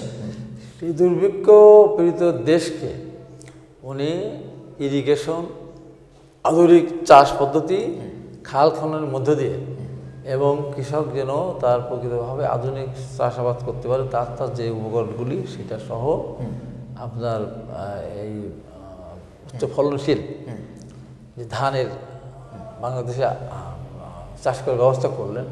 এর মধ্যে দিয়ে বাংলাদেশ কিন্তু দুর্ভিক্ষ তো দূরের কথা, খাদ্যের সংসম্পন্ন হয়ে জিয়া রহমানের সময় খাদ্য রপ্তানি করেছে, কম বেশি রপ্তানি করেছে, ইম্পোর্ট তো করেনি কেন। তারপরে উনি এই যে কাজটা করেছেন যে আমরা মানে ওনার ব্যাপারে অনেক কথা বলতে গেলে এই যে একটা দৃঢ় চিত্তের একটা মানুষ ছিলেন। ও দেখেন ওনার বিরুদ্ধে কত প্রচারণা অপপ্রচার করা হয়, উনি চান্স মুক্তিযোদ্ধা, উনি মুক্তি করতে চান নাই, উনি গিয়েছিলেন, উনি পাকিস্তানের সাথে যোগাযোগ, কত কিছু বলেন। তারপরে এই স্বাধীনতা নিয়ে কত বিকৃত করে আওয়ামী লীগ ইতিহাস হয়েছে। এই স্বাধীনতা পদক আওয়ামী লীগ তো ক্ষমতা 3.5 বছর ছিল, স্বাধীনতার পর ওইটাই তার প্রথম কাজ ছিল। স্বাধীনতা পদক কিন্তু প্রবর্তন করেনি, জিয়া রহমান প্রবর্তন করেছে, অথচ সে নাকি স্বাধীন বিপক্ষের লোক। আবার দেখেন তাকে বলা হয় সে বাংলা পড়তে পারে না, বাংলা লিখতে পারে না, পড়তে পারার কথা স্বাভাবিক, বাংলা লিখতে পারে স্বাভাবিক, তাহলে তো ইংরেজি ভাষায় পড়াশোনা করেছে পাকিস্তানে, কলকাতা প্রথম পাকিস্তানে, স্বাভাবিকভাবেই তার বংশমর্যাদা ওই রকম পর্যায়ে ছিল বলে ওই ব্রিটিশ আমলে তার বাবা মনসুর আলী সাহেব উনি কি মঞ্জুর রহমান, উনি তখন পাকিস্তানে কলকাতা হেড কেমিস্ট ছিলেন, তার চাচারা তখন পাকিস্তানে চাকরি করতেন। এরকম একটা কিন্তু ঐতিহ্যবাহী একটা পরিবার কিন্তু এখন সেটা কিন্তু ব্যঙ্গ করে। আরে সেই পর্যায়ে যিনি ব্রিটেনে বসবাস করেন, আমাদের ছেলেপেলে যারা জন্ম হয়েছে ব্রিটেনে, তাদের বাংলায় ওরা তো ইংরেজি কথা বলবে, বাংলাতে শিখাতে হবে। তো জিয়া রহমানকে নিয়ে এইগুলি বলে। এখন বাংলা তিনি বোঝেন অথবা না বোঝেন, বাংলা কিন্তু তিনি ধারণ করতে পেরেছিলেন হৃদয়ে, বাংলাকে উনি ধারণ করেছেন, কঠিনভাবে ধারণ করেছেন। এবং দেখেন এই যে যার বিরুদ্ধে অপপ্রচার, বাংলা পড়তে পারে না, লিখতে পারে না, ওই উনিই কিন্তু 21শে পদক প্রবর্তন করলেন। 21শে পদক আপনি চিন্তা করতে পারেন এই যে বাংলাদেশের দৃশ্যমান আমরা দেখছি একটা মর্যাদাশীল বাংলাদেশ, সে 21শে পদক উনি প্রবর্তন করছেন। তার একটা থিসিস করা বক্তব্য রয়েছে, I will make politics difficult politician. Politician হতে গেলে যে ঘাম ছোটাতে হয় সেটির প্রবর্তনা তিনি যেটি করে গেছেন, এটি আসলে রাজনীতিবিদদের জন্য কতটা অনুকরণীয়? এইটা শুনুন, এইটা তো অপপ্রচার করে, I will make politics difficult বলে না, মানি ইজ নো প্রবলেম বলতেন না, বলতেন। এইগুলো নিয়ে কত অপপ্রচার করতেন। হ্যাঁ, উনি যদি দেশটি অর্থনৈতিক, যেমন উনি ইরিগেশন বলেন, উনি গার্মেন্ট বলেন, উনি বিদেশি শ্রমিক পাঠানোর ব্যবস্থা করেছিলেন, তার মানি প্রবলেম হবে কেন? মানি ইজ নো প্রবলেম বলেছেন এই কারণেই। আমার উনি বারবার বলতেন আমার হলো 14 কোটি হাত বা 16 কোটি হাত, 2 হাত দিয়ে পরিশ্রম করতে আমরা থাকবো কেন? সেই জন্য ওটা বলেছেন, ওইটার অব্যাখ্যা করে। আরেকটা বলে I will make politics difficult for the politician, এই কথা বলছেন না? উনি for the politician, bad politician কথাটা উনি বলছেন। ওনার মূল ইয়ে হলো যে আমি পলিটিক্সটা ডিফিকাল্ট করে দেবো যারা খারাপ পলিটিশিয়ান, ঘরে বসে তারা রাজনীতি করেন, তাদের জন্য পলিটিক্স ডিফিকাল্ট করবো, পলিটিশিয়ানদের জন্য না। পলিটিশিয়ানরা তো পলিটিক্স করবে, যারা খারাপ পলিটিশিয়ান ঘরে বসে পলিটিক্স করে তাদের পলিটিক্স ডিফিকাল্ট করে দেবো, এটার অপভোগ করে ওইভাবে। এই যে যে সংস্কারমূলক যে সমস্ত ইগুলো করেছেন, একটা সবচেয়ে বড় যে কাজটি উনি করেছেন সেটি হলো যে উনি ধরেন আপনার এই যে বাঙালি আর বাংলাদেশি, বাঙালি আর বাংলাদেশি, বাংলাদেশি জাতীয়তাবাদ, বাঙালি জাতীয়তাবাদ, উনি যে প্রকৃতপক্ষেই উনি একজন আরবিন মানুষ ছিলেন, কিন্তু ওনার যে এই যে আল্লাহ প্রদত্ত যে প্রতিভা, এর মধ্যে দিয়ে উনি দেখলেন আমার বাংলাদেশে যদি বাঙালি জাতীয়তাবাদী আমি বিশ্ব থেকে থাকি, যদি আমার বাঙালি জাতীয়তাবাদ যদি আমার হয়ে থাকে, তাহলে আমার পাহাড়ি আছে, গাজো আছে, এ আছে, মরণ আছে, এ আছে, তো এরা তো তাহলে বাংলাদেশের পাহাড়ি গণ্ডগোল কখন শুরু হলো? শুরু হলো যখন ওই সময় সরকার, আমাদের সরকার প্রধান বললেন এই তো ওরা বাঙালি হয়ে যায়, তখনই তোরা বিদ্রোহ করলো, ওরা ভাষা চেঞ্জ করতে চান, ওদের সাথে তো একটা ভাষার যুদ্ধের মতো, আমার ভাই ওদের ভাষা, তখন তো এটা শুরু হলো। জিয়া রহমান টোটাল জাতি গোষ্ঠীকে এক এইতে নিয়ে আসার জন্য, এক পতাকা দল নিয়ে আসার জন্য। এখানে আরেকটা পয়েন্ট কিনা, অর্থাৎ বাঙালি বললাম মানে এপার বাংলা ওপার বাংলা এক হয়ে যায়, কারণ পশ্চিমবঙ্গের বিরাট অংশ বাংলা রয়ে গেছে, তাহলে আমাদের মানচিত্র থাকে না, আমাদের কাটাতার থাকে না, আমাদের স্বাধীনতা থাকে না। তাহলে স্বাধীনতা রক্ষা তো হবে বাংলাদেশের মাধ্যমে, বাঙালির মাধ্যমে তো আর নয়। তো এই জন্য উনি এই টেরিটরিকে বাংলাদেশি জাতীয়বাদ দিলেন। এখন দেখেন যে পার্থক্য ওনার আর আওয়ামী লীগের পার্থক্য করলে আপনারা বুঝবেন যে আওয়ামী লীগের গণতন্ত্র কিন্তু এখন পর্যন্ত আছে, গণতন্ত্র, সমাজতন্ত্র, ধর্মনিরপেক্ষতা, বাঙালি জাতীয়বাদ। এই যে আওয়ামী লীগ এই যে 15 বছর ক্ষমতায় ছিল, গণতন্ত্রকে ছিল ছিল না তাদের কাছে, তার গণতন্ত্র আছে কিন্তু গণতন্ত্র ছিল না, না ছিল না। আচ্ছা উনি বলেছেন যে বাঙালি জাতীয়বাদ, কিন্তু আওয়ামী লীগের আমাকে পাশ করে বাঙালি লেখা হতো, বাংলাদেশি লেখা হতো, তাহলে ওর গণতন্ত্র সংশোধন করে ন্যাশনালিটির জায়গায় আমরা বাংলাদেশি লিখি, বাঙালি লিখি না, যেরকম করে বাংলা। তারপর বলে ধর্মনিরপেক্ষতা, এখানে শহীদ রাষ্ট্র জিয়া রহমান সংবিধানে বিসমিল্লাহির রহমানির রহিম লিখে গেছে, তাহলে ধর্মনিরপেক্ষতা থাকলো না, থাকলো আওয়ামী লীগ গণতন্ত্র ধর্মনিরপেক্ষতা এখন আছে। তারপরে কি এরশাদ সাহেব রাষ্ট্র ধর্ম ইসলাম করে গেছে, পরে আসে গণতন্ত্র, ধর্মনিরপেক্ষতা, বাঙালি জাতীয়তা, বাঙালি ধর্মনিরপেক্ষতা, গণতন্ত্র, সমাজতন্ত্র। সমাজতন্ত্রকে এখন সমাজতন্ত্রের রাষ্ট্র না, সমাজতন্ত্র এটা তো গণতন্ত্রের রাষ্ট্র, তাহলে সমাজতন্ত্র, তার গণতন্ত্র কিন্তু সমাজতন্ত্র আছে, কিন্তু তারা 15 বছর শাসন করে সমাজতন্ত্র আছে, সমাজতন্ত্রের রাষ্ট্র হিসেবে তারা পরিচালনা। এই জিয়া রহমান যেগুলো করে পার্থক্য তো ওই জায়গায় আপনি বুঝবেন। জিয়া রহমান বাংলাদেশি জাতীয়তাবাদ প্রবর্তন করলেন, যেটা আছে থাকবে অনন্তকাল পর্যন্ত। এরপরে আপনি আসেন সংবিধানে বিসমিল্লাহির রহমানির রহিম লিখে গেছেন, এটাকে পরিবর্তন করতে পারে নাই। আপনি 15 বছর পেরেছে পারেনি। পরবর্তী সময় যদি আপনি ধরেন এরশাদ মানে এই হিসাবে আমাদের কি লিখছে, রাষ্ট্রধর্ম ইসলাম। ইসলাম তাহলে এটা কি আওয়ামী লীগ পরিবর্তন করেছে? না। তাহলে তো তার ধর্মকে তো গেল কোথায়? তার ধর্মের ঐক্যতা তো থাকলো না। থাকলো না। এই যে জিয়া রহমান যেগুলি করে গেছেন সেগুলো অমর, মানে অক্ষয়। আর আওয়ামী লীগ যা যা করে গেছে নিজেরা নিজেদের ওগুলিকে তার ধ্বংস করে গেছে। তো সেই জন্য আপনি বললেন যে এক একটা সময় ইতিহাসে এক একটা সময় এক একটা মানুষের অবদান থাকে, তাদের অবদানকে খাটো করার কোনো সুযোগ নেই। কিন্তু তাদের পরবর্তী জেনারেশনের অপকর্মের কারণে, যেমন বর্তমানে যে অবস্থা, এই যে বললেন যে ৭২-এ উনি ফিরে আসলেন দেশের রাষ্ট্রপতি হিসাবে, এসে প্রধানমন্ত্রী হলেন, সারা দেশ সেই সময় তার নেতৃত্বে তার নামের উপর যুদ্ধ করেছে, অস্বীকার করার কোনো উপায় নেই। সত্য। কিন্তু আমাদের ৩.৫ বছরের শাসন আমলে আওয়ামী লীগের কর্মীদের, নেতাদের, যুবলীগের, ছাত্রলীগের অত্যাচারে, নির্যাতনের, ডাকাতি, চুরি, ছিনতাই, এমন কোনো অপকর্ম নাই। ধর্ষণ, মেয়েদের জোর করে বিয়ে করা, হিন্দু মেয়েদের বাড়ি দখল করা, এই সমস্ত করেছে। করতে করতে করতে মানুষের থেকে মানে হাজার না লক্ষ কিলোমিটার দূরে চলে গেছে। যে কারণে ৭৫ তারপরে কি সারা জীবন গণতন্ত্রের জন্য আন্দোলন করলেন, অথচ উনি সেখানে এর ভিতরে মাত্র কয়েক মিনিটের মধ্যে ব্যবধানে উনি বাংলাদেশে একদলীয় শাসন ব্যবস্থা বাকশাল ক্যাম্প করলেন। এই যে মানুষের ভিতরে ক্ষোভ, এখানেই জিয়া রহমানের সাথে আবার পার্থক্য। জিয়া রহমান কিন্তু সেই একদলীয় শাসন ব্যবস্থা থেকে বহুদলীয় গণতন্ত্রে ফিরে আসলেন। এই কারণে গণমাধ্যম বন্ধ করে দিলেন। ওনারা গণমাধ্যম বন্ধ করে দিলেন, 4টা পত্রিকা রেখে সব গণমাধ্যম বন্ধ করে দিলেন। জিয়া রহমান এসে সব গণমাধ্যম মানে খুলে দিলেন। জিয়া রহমান এসে আরেকটা কাজ করেছে, যেটা আমরা ভুলেই গেছি জাতি হিসাবে, সেটা হলো এই যে নাইট ক্লাব, কি নাইট স্কুল, এটা তো জিয়া রহমানের সময় প্রবর্তন হয়েছে ব্যাপকভাবে। এইটা নিয়ে আমি সময় কথা বলবো না, একটা ইন্টারভিউ দিচ্ছি তো সেখানে নাইট স্কুলের প্রবর্তন করলেন। তো এইটা নিয়ে আমরা দেখি টেলিভিশনের ভিতরে করে একদিন চলেছে, চেয়ারম্যান সাহেব এসেছে, তার কাছে 900 ক্লাব চেয়েছে, কি 900 বিদ্যালয় চেয়েছে। তা এখন তো ওই যে চেয়ারম্যান সাহেব বলে বসছেন, তুমি 900 তো তুমি 900 বিদ্যালয় চাইলে, একটা দুটো চাইলে দিতে হবে, 900 বিদ্যালয় দিতে পারি। এই যে একটা বলে না, একটা যোগ করে বলে, এই যে 900 বিদ্যালয়, এটা কিন্তু জিয়া রহমান একদম পাড়ায় পাড়ায় এলাকায় এলাকাটা করেছিলেন। শিক্ষার হার আমরা স্বাক্ষরটা যেন করতে পারে, কিছু শিখতে পারে, পড়তে পারে, এটা একটা বিরাট কিন্তু অবদান। তারপর ধরেন অনেক জায়গা পতিত যে সমস্ত জায়গাগুলো ছিল, খাল টালগুলি একদম সেগুলি খনন করলেন। কিন্তু এখানে একটা পিছনে টানতে হচ্ছে স্বীকৃতির জায়গায় জিয়া রহমানকে আসলে একটা জায়গায় দরকার কিনা।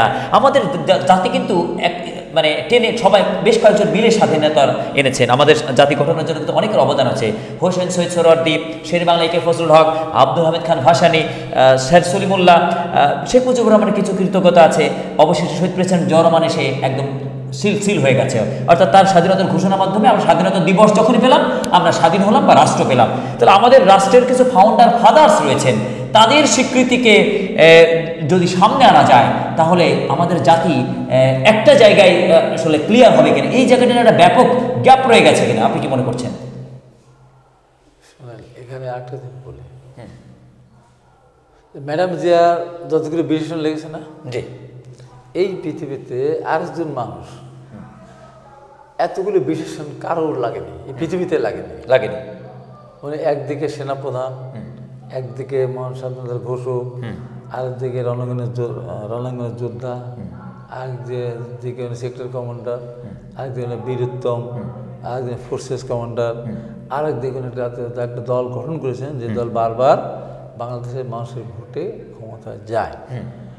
এবং এত অল্প বয়সে এইরকমভাবে একটা দেশকে একটা তলাবিহীন ঝুড়ি থেকে একটা খাদ্যের সম্পূর্ণ দেহে পরিণত ইতিহাস কিন্তু পৃথিবীতে কিন্তু নেই। ওই সময় উনি ইরাক ইরান যুদ্ধ বন্ধের জন্য এক সদস্য কমিটি, তারও উনি প্রধান ছিলেন। একটা মানুষের জীবনে এতগুলি বিশেষণ পৃথিবীর কারো লাগে না। কেউ হয়তো রাষ্ট্রপতি হয়েছে, কেউ হয়তো সেনাপ্রধান ছিল, কেউ হয়তো দেশের যুদ্ধ করেছে। এই এতগুলি ঘটনার সাথে এতগুলি বিশেষণগুলো নিয়ে পৃথিবীতে কিন্তু কারোর লাগেনি। আর সবচেয়ে বড় যে ব্যাপারটা, পৃথিবীর ইতিহাসে কোনো সেনাপ্রধান অ্যারেস্ট হওয়ার পর তাকে সেই দেশের সাধারণ জওয়ান সেনা সদস্যরা মানে তারা ক্যান্টনমেন্টে বিদ্রোহ করে তাকে মুক্ত করে নিয়ে আসছে, পৃথিবীর ইতিহাসে নেই। একবার যদি সেনাপ্রধান ক্ষমতাচ্যুত হয় সে আর কোনো ফিরে আসতে পারে না, আসলে বাড়িতে অনেক যুদ্ধ অভিজ্ঞতা করতে হয়। জিয়া রহমান এই পৃথিবীতে একমাত্র সেনাপ্রধান এই যে উনি বন্দী ছিলেন, ওনার কিছুই করা ছিল না, ছিল কিছু করা ছিল না। তখন সিপাহীরা বিদ্রোহ করলো, তারা এসে তাকে মুক্ত করলেন। মুক্ত করার পরে যে কাজটা উনি করলেন, উনি কিন্তু ক্ষমতা নিজে নেন নাই, গ্রহণও করেন নাই, ক্ষমতা ওনার অর্পিত হয়েছে, অর্পণ করেছে এদেশের সিপাহীরা, সিপাহী জনতা। এখানে আমি কবির ভাষায় বলি, কবি বলেছে তিনি নিজের জীবন বাজি রেখে দেশের জন্য যুদ্ধ করলেন, দেশের স্বাধীনতার ঘোষণা দিলেন, তাই জীবন তোমাকে যা দিয়েছে জীবন তোমাকে তা রিটার্ন দেবে। এবার লাখো জনগণ তার জন্য জীবন বাজি রাখলেন, তিনি জীবন বাজি রেখেছিলেন বিধায় তো তার জন্য জীবন বাজি রাখা হলো। এই যে জীবন বিনিময়, যে জীবনের যেটা দাম, জীবনের যেটা পাওয়া প্রাপ্তি, এটি 75-এর 97 ব্যাপারে দেখা গেল কিনা? না, সেটা হয়েছে কি, আমি যে কথাটা বলতে গিয়ে ছেড়ে আসলাম যে পৃথিবীতে কেউ ক্ষমতা দখল করে, কু করে ক্ষমতা দখল করে, পৃথিবীতে একমাত্র ব্যক্তি জিয়া রহমান যিনি কু করে ক্ষমতা দখল করেন নাই, জোর করে ক্ষমতা দখল করেন নাই, ওদের ক্ষমতা অর্পিত হয়েছে।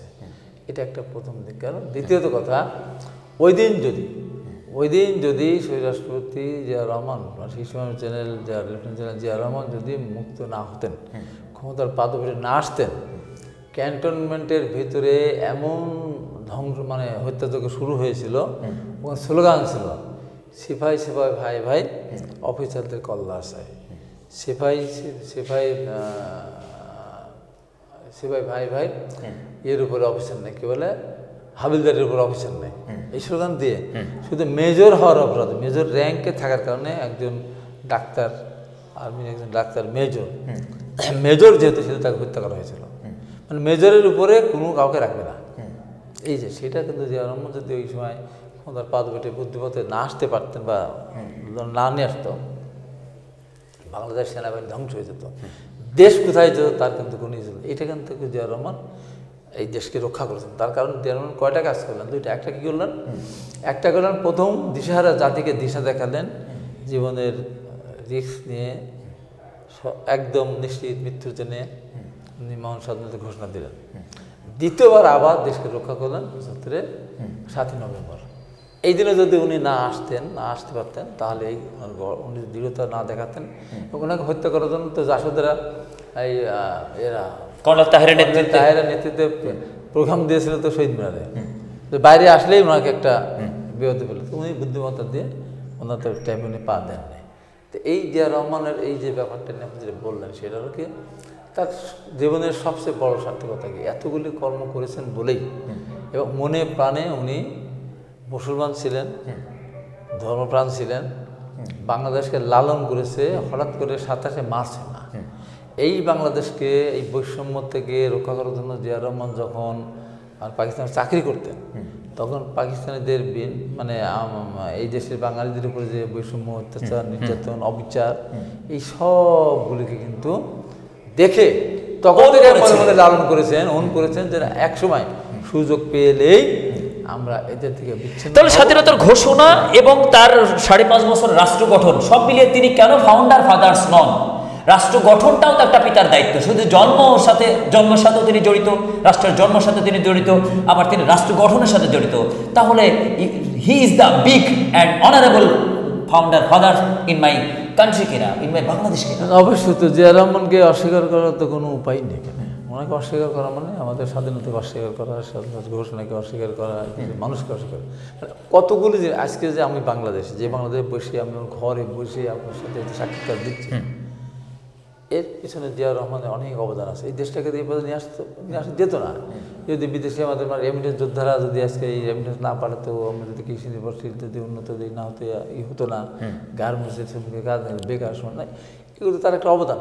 এবং এই সব কিছু মিলে এবং আল্লাহ পাকের ইচ্ছা দেখেন, মনে মনে বাসনা ছিল বলেই কিন্তু ওই সময় আমার পোস্টিংটা ছিল চট্টগ্রাম। জিয়া রহমানের পোস্টিং গাজীপুর হতো, থাকতো, অথবা ময়মনসিংহ থাকতো, অন্যদের থাকতো, একটা বেতার স্টেশন হয়তো তিনি পেতেন না। এই সুযোগ আসতো না। এই আল্লাহ পাকের ইচ্ছা, উনি ওই জায়গায় আল্লাহ পাক তখন এই চট্টগ্রামে তখন ওনাকে থাকার ব্যবস্থা করেছে। এবং দেখেন আর একটা ঘটনা, যখন পাকিস্তান আর ভারতের যুদ্ধ হয়েছিল 1965 সালে খেমক্রান এতে সেক্টরে, ইন্ডিয়ান এরা ঢুকে পড়েছিল ট্যাঙ্ক নিয়ে ব্যাপকভাবে। সেখানে জিয়া রহমান কিন্তু ওইটাকে মানে ক্যাপ্টেন র্যাঙ্কে তখন প্রতিরোধ করেছিলেন, একদম ধ্বংস করে দিয়েছিলেন। এই জন্য উনি সেই সব পাকিস্তানে আর্মিদের সর্বোচ্চ খেতাব উনি পেয়েছিলেন। তো একটা মানুষ তো হুট করে এক জায়গায় আসে না, ধারাবাহিকতা, তার সৃষ্টিকর্তার ইচ্ছা সব কিছু মিলিয়ে কিন্তু এই জায়গায় তার আসা। যে কারণে শেষ করে দেখেন উনি মারা গেলেন চট্টগ্রাম সার্কিট হলে। তারই অনুগত, তারই সাথী, তারই কাছের যারা, তাদের দ্বারা কিন্তু উনি শহীদ হলেন। ওই দিন তো রাষ্ট্রীয় ক্ষমতায় জেনারেল মঞ্জুর বসে পড়তে পারতো, বসে পড়ে কি শহীদ রাষ্ট্র জিয়া রহমান জানা এত বড় হতো? যদি ক্ষমতা দখল করে নিত হতো না। এটাও আল্লাহর ইচ্ছা, আল্লাহর ইচ্ছা, যে কারণে শ্রদ্ধা জানানোর জন্য একটা সুন্দর পরিবেশ করে দিয়েছে। অঘটনের মধ্যে দিয়ে তার লাশ কোথায় রেখেছে কোনো খবর নাই, কোনো কিছু নাই। তারপর তার লাশ থেকে শনাক্ত করে ব্রিগেডিয়ার জেনারেল হান্নান সাহেব, উনি প্রয়াত, উনি বিএনপি ছিলেন, সদস্য ছিলেন, লাশটা নিয়ে আসলেন।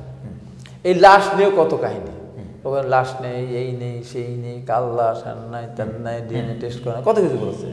অথচ লাশের সাথে যারা ওই লাশের সম্পর্কে তারা এখানে স্টেটমেন্ট দিয়েছে এটা জিয়া রহমানের লাশ। এটা গেল। এখন জিয়া রহমান নদীর প্রকৃত লাশ নাই হতো, যে মহান আল্লাহ পাকে লক্ষ লক্ষ মানুষের জানা, পৃথিবীর সবচেয়ে বড় জানাজা হয়েছে শহীদ রাষ্ট্রপতি জিয়া রহমানের জন্য। এত বড় জানাজা কারো হয়নি, হয়েছে ইতিহাস স্বীকৃত, ইতিহাসে এত বড় জানা কোনো হয়নি। এই যে আল্লাহ পাকের যদি একেবারে খাঁটি বান্দা না হতেন, তাহলে এই লক্ষ লক্ষ লোক জানা যে আসার পরিবেশ তৈরি হতো না। পক্ষান্তরে ওইদিকে আপনি দেখেন, যিনি জীবনের প্রায় 14-15 বছর জেল খেটেছেন, অত্যাচার ভোগ করেছেন, পাকিস্তানের আন্দোলন করেছেন, বাংলাদেশের 32 আন্দোলন করেছেন, সংগ্রাম করেছেন, অনেক কিছু করেছেন, অস্বীকার করার কোনো উপায় নেই। তার নামে যুদ্ধ হয়েছে, কিন্তু তার দলের লোকজন এমন একটা অপকর্ম করেছে এবং তার সিদ্ধান্ত ভুলের কারণে এমন একটা করেছে যে তার জানা যায় 20 জন লোক হলো না। জানাজা তার কাফন যেটা, সেটা হলো সেই কাপড় কাচা সাবান ছাড়া ভালো আর হলো একটা দিয়ে তার দাফন করা হলো, লোকজন যায়নি। তো এত বড় একজন জনপ্রিয় নেতা, তার জন্য 20টা মানুষ মারা যেতে পারতো, 50টা মানুষ মারা যেতে পারতো, হাজার আহত হতে পারতো, গ্রেপ্তার হতে পারতো। আমরা জানা যায় যাবই। এই দেখেন এত একটা ওটা কঠিন একটা সময়, এটা আমি বলবো। তারপরে মানুষের গায়েবানা জানাজার সিস্টেম তো ইসলামে রয়েছে, সেটা তো হতে পারতো, কিন্তু মানুষের ভিতরে আবেগটা কি আসে নাই। এবং দেখেন আবেগটা না, এবং কত এরা কষ্ট পেয়েছে না, কত কষ্ট ছিল, কত কাপুরুষ। দেখেন 32 নম্বরে 36 ঘন্টা লাশ পড়েছিল, 36 ঘন্টা কেউ দেখতেও যায়নি, এমনকি কেউ দেখতে যায়নি। প্রথমে কেউ প্রতিবাদ করেন না, পরে আমাদের colonel Latif, lieutenant colonel Latif, পরে বিএনপি করতেন, এখন আমাদের উপদেশ সদস্য, ওনাকে চাকরিচ্যুত করেছিল 1974 সালে, যখন ওই যে আর্মি অস্ত্র উদ্ধার করতে নেমেছিল 73-74 যাই হোক। ওই সময় উনি তো আমাদের এলাকা বা বরিশাল এলাকায় কিছু অস্ত্র উদ্ধার করার পরিপ্রেক্ষিতে তৎকালীন সরকার ওনাকে সাসপেন্ড করেছিল। ওই ব্যক্তি 32 নম্বর কেসে গিয়ে তাদের সব সমসাময়িক তারা, উনি গিয়ে বলেছেন নিজের মুখের কথা, যে তোরা লাস্টটা অন্তত দাফনের ব্যবস্থা করো, লাস্টটা পড়ে আছে এখানে কতদিন থাকে। মন্ত্রীতে শপথ একটু পরেই নেই, না শপথ তো নিয়েই ফেলছে, তারপর পড়ে আছে। তখন তারা যে পরে বনব্যবস্থানে এবং পরে যে গোপালগঞ্জে টুঙ্গিপাড়ে পাঠানোর ব্যবস্থা করলো। একজন আওয়ামী লীগ এত কাপুরুষ। আমি সেই সময় ছাত্রলীগ করতাম, রাষ্ট্রীয় বিষয়ের ছাত্র ছিলাম, পরে আমি মাস্টার সাথে ঢাকা বিশ্ববিদ্যালয় করি। আমি হলাম 1975 সালের প্রথম প্রতিবাদকারী। আমি গলা টিভি ধরেছিলাম, আমার রুমে যে ওয়াহিদ ছিল একজন, রেডিওতে শুনে আমি যখন ঘুমাইছিলাম, এই তো নেতাকে হত্যা করা হয়েছে। তার একদিন একটা ঘটনা ঘটলো, আব্দুল কুদ্দুস, যেরকম নাটোরের বাড়ি, আব্দুল কুদ্দুস মাখন না, আব্দুল কুদ্দুসের মন্ত্রী ছিলেন, হ্যাঁ, উনি একদিন রাত্রে 14 আগস্ট রাতের বেলা বলে আসলো, একটা জাসদের কোনো এখান থেকে বের হবে না, মিছিল বের হবে না ছাত্রলীগের। পর সকালবেলা ঘটনাটা ঘটে গেল। তারপরে বাইরে উঠে দেখলাম যে কি উল্লাস, আমি ওর গলা টিপে ধরছি। তারপর তুই আমার গলা টিপে দেখ, রেডিও শুনে যেতাম, সরেছে শেখ মুজিব হত্যা করা হয়েছে, আমি ডালিম বলছি। তখন কি অবস্থা দাঁড়ায় আমার, সারাদিন আমি নির্যাতন হয়েছে। তাহলে আমি প্রথম প্রতিবাদকারী, আমি প্রথম নির্যাতনকারী, নির্যাতন ভোগকারী, প্রথম নির্যাতন ভোগকারী, প্রথম প্রতিবাদকারী। আর এই কাপুরুষের দল দীর্ঘদিন হুঙ্কার দিয়ে বেড়ালো, আমরা পালাই না, আমরা মুক্তিযোদ্ধা, আমরা দেশ স্বাধীন করেছি, কোথায় পালিয়ে গেল? আমি বলছি এই কাপুরুষরা পালাবে তো পালাবে, দেশ ছেড়ে পালাবে, যে মানুষ সামনে আসতে পারে অপকর্ম কারণে। এখন বলে যে কথাটা বলে, এই যে মানুষ লক্ষ লক্ষ মানুষদের জানা এসেছেন, তাদেরকে টাকা দিয়ে এসেছিল, তাদেরকে বাস ভাড়া দিয়ে এসেছিল? মোটেও না। না, এই যে মানুষের যে শ্রদ্ধাবোধ, ভালোবাসা, সেখান থেকে কিন্তু এই ঘটনাটা তার প্রতি শ্রদ্ধা নিবেদন হয়েছে। এবং দেখেন, আমি তখন জেলখানায় 12ই জানুয়ারি 2015 সালে ম্যাডাম খালেদা জিয়াকে যখন বাড়ির ট্যাগ দিয়ে মারা ট্যাগ দিয়ে আটকে রেখেছিল, আমাদের অনেক নেতা তখন গ্রেপ্তার হয়েছিলেন এবং টিভি মিডিয়াতে কেউ যেত না। তখন আমিও যেতাম না, আমাকে মহাসচিব ফখরুল আলমগীর আমাকে বাধ্য করেছেন যে আপনি ভালো বলেন, জানেন ভালো, তো আপনি যাবেন না কেন? না, ওদের সাথে কিছু ঝগড়া করতে ভালো লাগে না। তারপরে সাইরুল এবং দিদার ওরা ঠিক করে দিত, আমি যেতাম। এইরকম একটা অবস্থায় আমি 12ই জানুয়ারি চ্যানেল 24-এ গেলাম, গিয়ে আমি ওখানে বললাম ম্যাডাম খালেদা জিয়াকে আটকে রেখেছে নিন্দা জ্ঞাপন করে, ভোট এরকম হয়েছে, নিন্দা জ্ঞাপন টাপন করার পর তারপরে আমাকে তো টেলিফোন টক শো থেকে নামার পর ধরে নিয়ে গেল। তখন কারাগারে বসে দেখতেছে যে ম্যাডামের বাড়ির পানি লাইন কেটে দিয়েছে, বিদ্যুৎ লাইন কেটে দিয়েছে, গ্যাসের লাইন কেটে দিয়েছে, বাইরে থেকে লোক আসতে দিচ্ছে না, খাওয়ার নাই, নানান কাজ। এই দৃশ্য তার কনিষ্ঠ সন্তান আরাফাত রহমান কোকো মালয়েশিয়া বসে দেখতে দেখতে একটা সময় উনিও আমাদের মাছ থেকে চলে গেলেন। তখন ভাবতেছিলাম লাশ জানাজা হবে কোথায়, দাফন হবে কোথায়। পরবর্তী সময় যে নাটক টাটক দেখলাম, প্রধানমন্ত্রী গেলেন, এটা সেটা ওটা বিস্তারিত বলতে চায় না।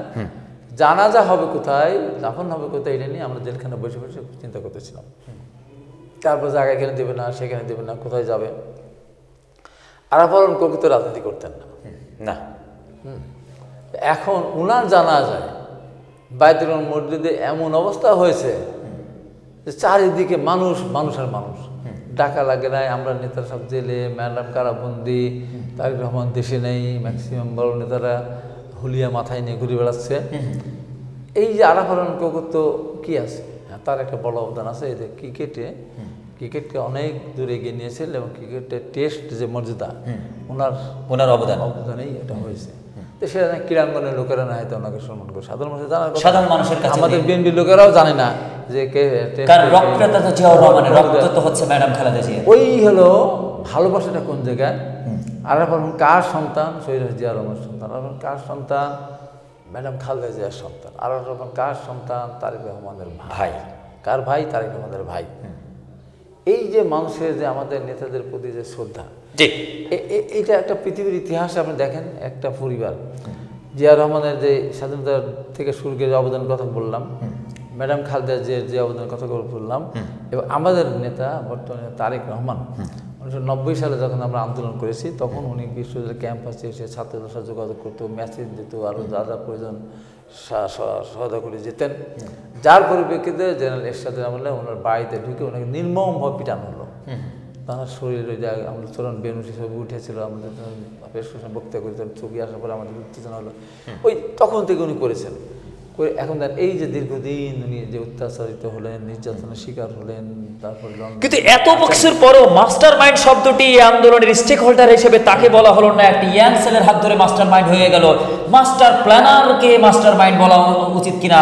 মাস্টার মাইন্ডটা কি আসলে খুব তুচ্ছ, নাকি মাস্টার মাইন্ডটা অনেক গভীরতার? এটি সবাইকে অবাক করেছে কিনা? বিশেষ ডক্টর মোহাম্মদ ইউনূসের মতো একটা বিদগ্ধ জন, যিনি বিএনপির এত জনগণ তাকে শ্রদ্ধা করেন, সম্মান করেন, পার্লামেন্টে ডক্টর মোহাম্মদ ইউনূসের জন্য যারা স্টেপ নিয়েছেন, ডিফেন্স দিয়েছেন, সেই ডক্টর মোহাম্মদ ইউনূসের একজন ইয়াং সেলের হাত ধরে বলেন এই আন্দোলন তিনি মাস্টার মাইন্ড। এটি আসলে মানুষের হৃদয়ে কিন্তু রক্তক্ষরণ হয়েছে। এটি নিয়ে আসলে কিছু একটা বলা দরকার কিনা?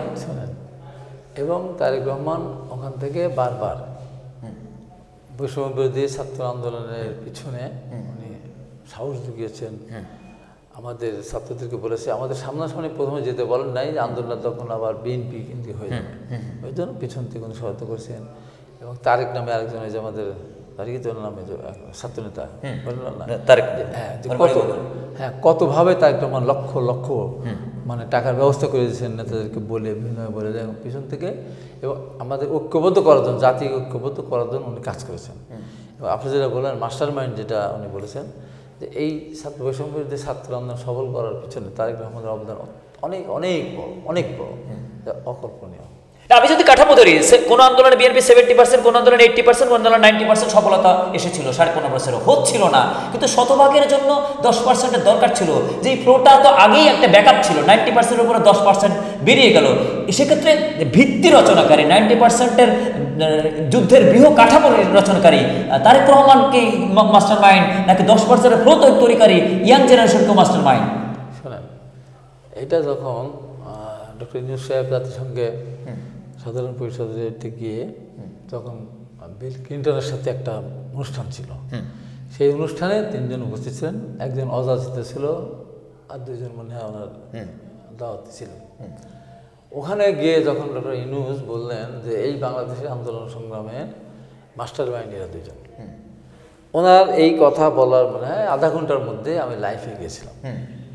আমি লাইফে যাই বললাম, প্রিয় ভাই বোনেরা, আমি অনেকদিন আপনাদের সামনে আসিনি, আজকে আসতে বাধ্য হলাম। কারণ আমাদের দেশের প্রধান উপদেষ্টা উনি মার্কিন যুক্তরাষ্ট্রে গিয়ে বিল ক্লিন্টনের একটা অনুষ্ঠানে মাস্টার মাইন্ড হিসেবে 2 জনকে দেখালেন।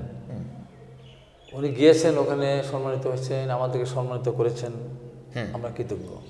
কিন্তু উনি যে কাজটা করলেন এটা আমাদের বুকের উপরে এই চেপে দেওয়া, পা দিয়ে পুরো জাতিকে হতবাক করার মতো কথা, হতবাক করে কষ্ট দিয়েছে, আমাদের আত্মার উপরে কষ্ট দিয়েছে। উনি এটা বলতে পারেন না।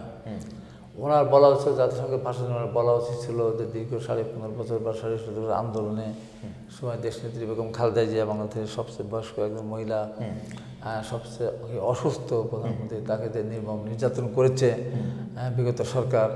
তারপরে বিএনপির মতো দলের আরও লক্ষ লক্ষ কর্মীদের মামলা দিয়েছে, বিভিন্ন রাজনৈতিক দল মামলা দিয়েছে, আমার উপরও দিয়েছে। সব কিছু মিলে ওই বিগত সরকারের বিরুদ্ধে মানুষ ফুসে উঠেছিল, সেই সাথে বৈষম্য বিরোধী ছাত্ররা মাঠে নেমেছিল। তো সেই সব কিছু মিলে আমরা সরকারের পতন ঘটাতে পেরেছি। আপনি না বলে, না এইসব কথা না বলে, আপনি তো জাতিসংঘে যাওয়ার আগে বা আপনার প্রধান প্রতিষ্ঠা হওয়ার পরই আপনার ম্যাডাম খালেদা জিয়ার সঙ্গে সাক্ষাৎ করা ছিল। কারণ আপনি নোবেল প্রাইজ পাওয়ার পর আওয়ামী লীগ আপনাকে ওন করেনি, আপনার বিরোধিতা করেছে ঘুষখোর সুদখোর বলে। ম্যাডাম খালেদার নির্দেশে আমরা আপনার পক্ষে মিছিল করেছি, আমরা আপনার পক্ষে নিয়েছি, এবং বিগত সরকার বারবার আপনাকে বিভিন্ন মামলায় সকল নেতাকর্মীরা তাকে ডিফেন্স দিয়েছে। নেতাকর্মীরা আমাদের উকিলের সারাদিন বসে থাকছে, আপনার কাছে গিয়ে ছাত্ররা মিছিল করেছে, যুবদল মিছিল করেছে। আপনি একবার মনে করলেন না? আপনাকে বাংলাদেশে এসে বলতে হবে, প্রমাণ করতে হবে ওরা মাস্টার মাইন্ড। ওদের কয়টা অফিস ছিল, কয়টা কম্পিউটার ছিল, কয়টা স্টাফ ছিল, ওদেরকে পরিকল্পনা ছিল, আপনাকে কিন্তু বলতে হবে। এই কথা কিন্তু বলেছি। এখন কথা হলো যে উনি বলেছেন ওনার সমালোচনা এখন যদি আমি করি তাহলে পরে আমাদের আন্দোলনকারী আমরা যারা ছিলাম তাদের মধ্যে অনৈক্য দেখা দেবে, এবং যারা পরিচিত সরকার তারা সুযোগ পাবে। আমি সেই সুযোগটা আমি দিতে চাই না। তো এটুকু আমি অবশ্যই বলতে পারি যে আমরাও তো দীর্ঘদিন ধরে আন্দোলন সংগ্রাম করে 90 সালে আমরা সরকার পতন ঘটালাম। তাই বলে কি আমরা বলেছি যে আমি উপদেষ্টা হবে, আমার উপদেষ্টা হবে, কখন উপদেষ্টা হবে বলেছি আমরা? না। আমরা কি একটা উপদেষ্টা নিয়োগ করেছি? না। আমরা কি বলেছি যে আমাদের 10 জনকে 15 জনকে বিনা প্রতিদ্বন্দ্বিতায় নির্বাচিত করতে হবে, সংসদে যেতে দিতে হবে? বলেছি না।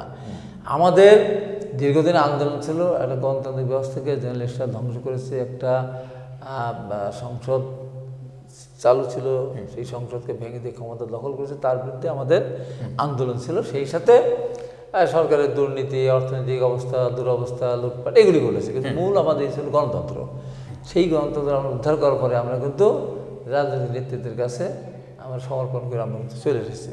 যে দীর্ঘ বছর যাবৎ এদেশের মানুষ ভোট দিতে পারে না, আমার ভোট আমি দেব, আমার ভোট দিয়ে আমি আমার এমপি নির্বাচন করবো, আমার সেই ভোটের অধিকার ছিল না।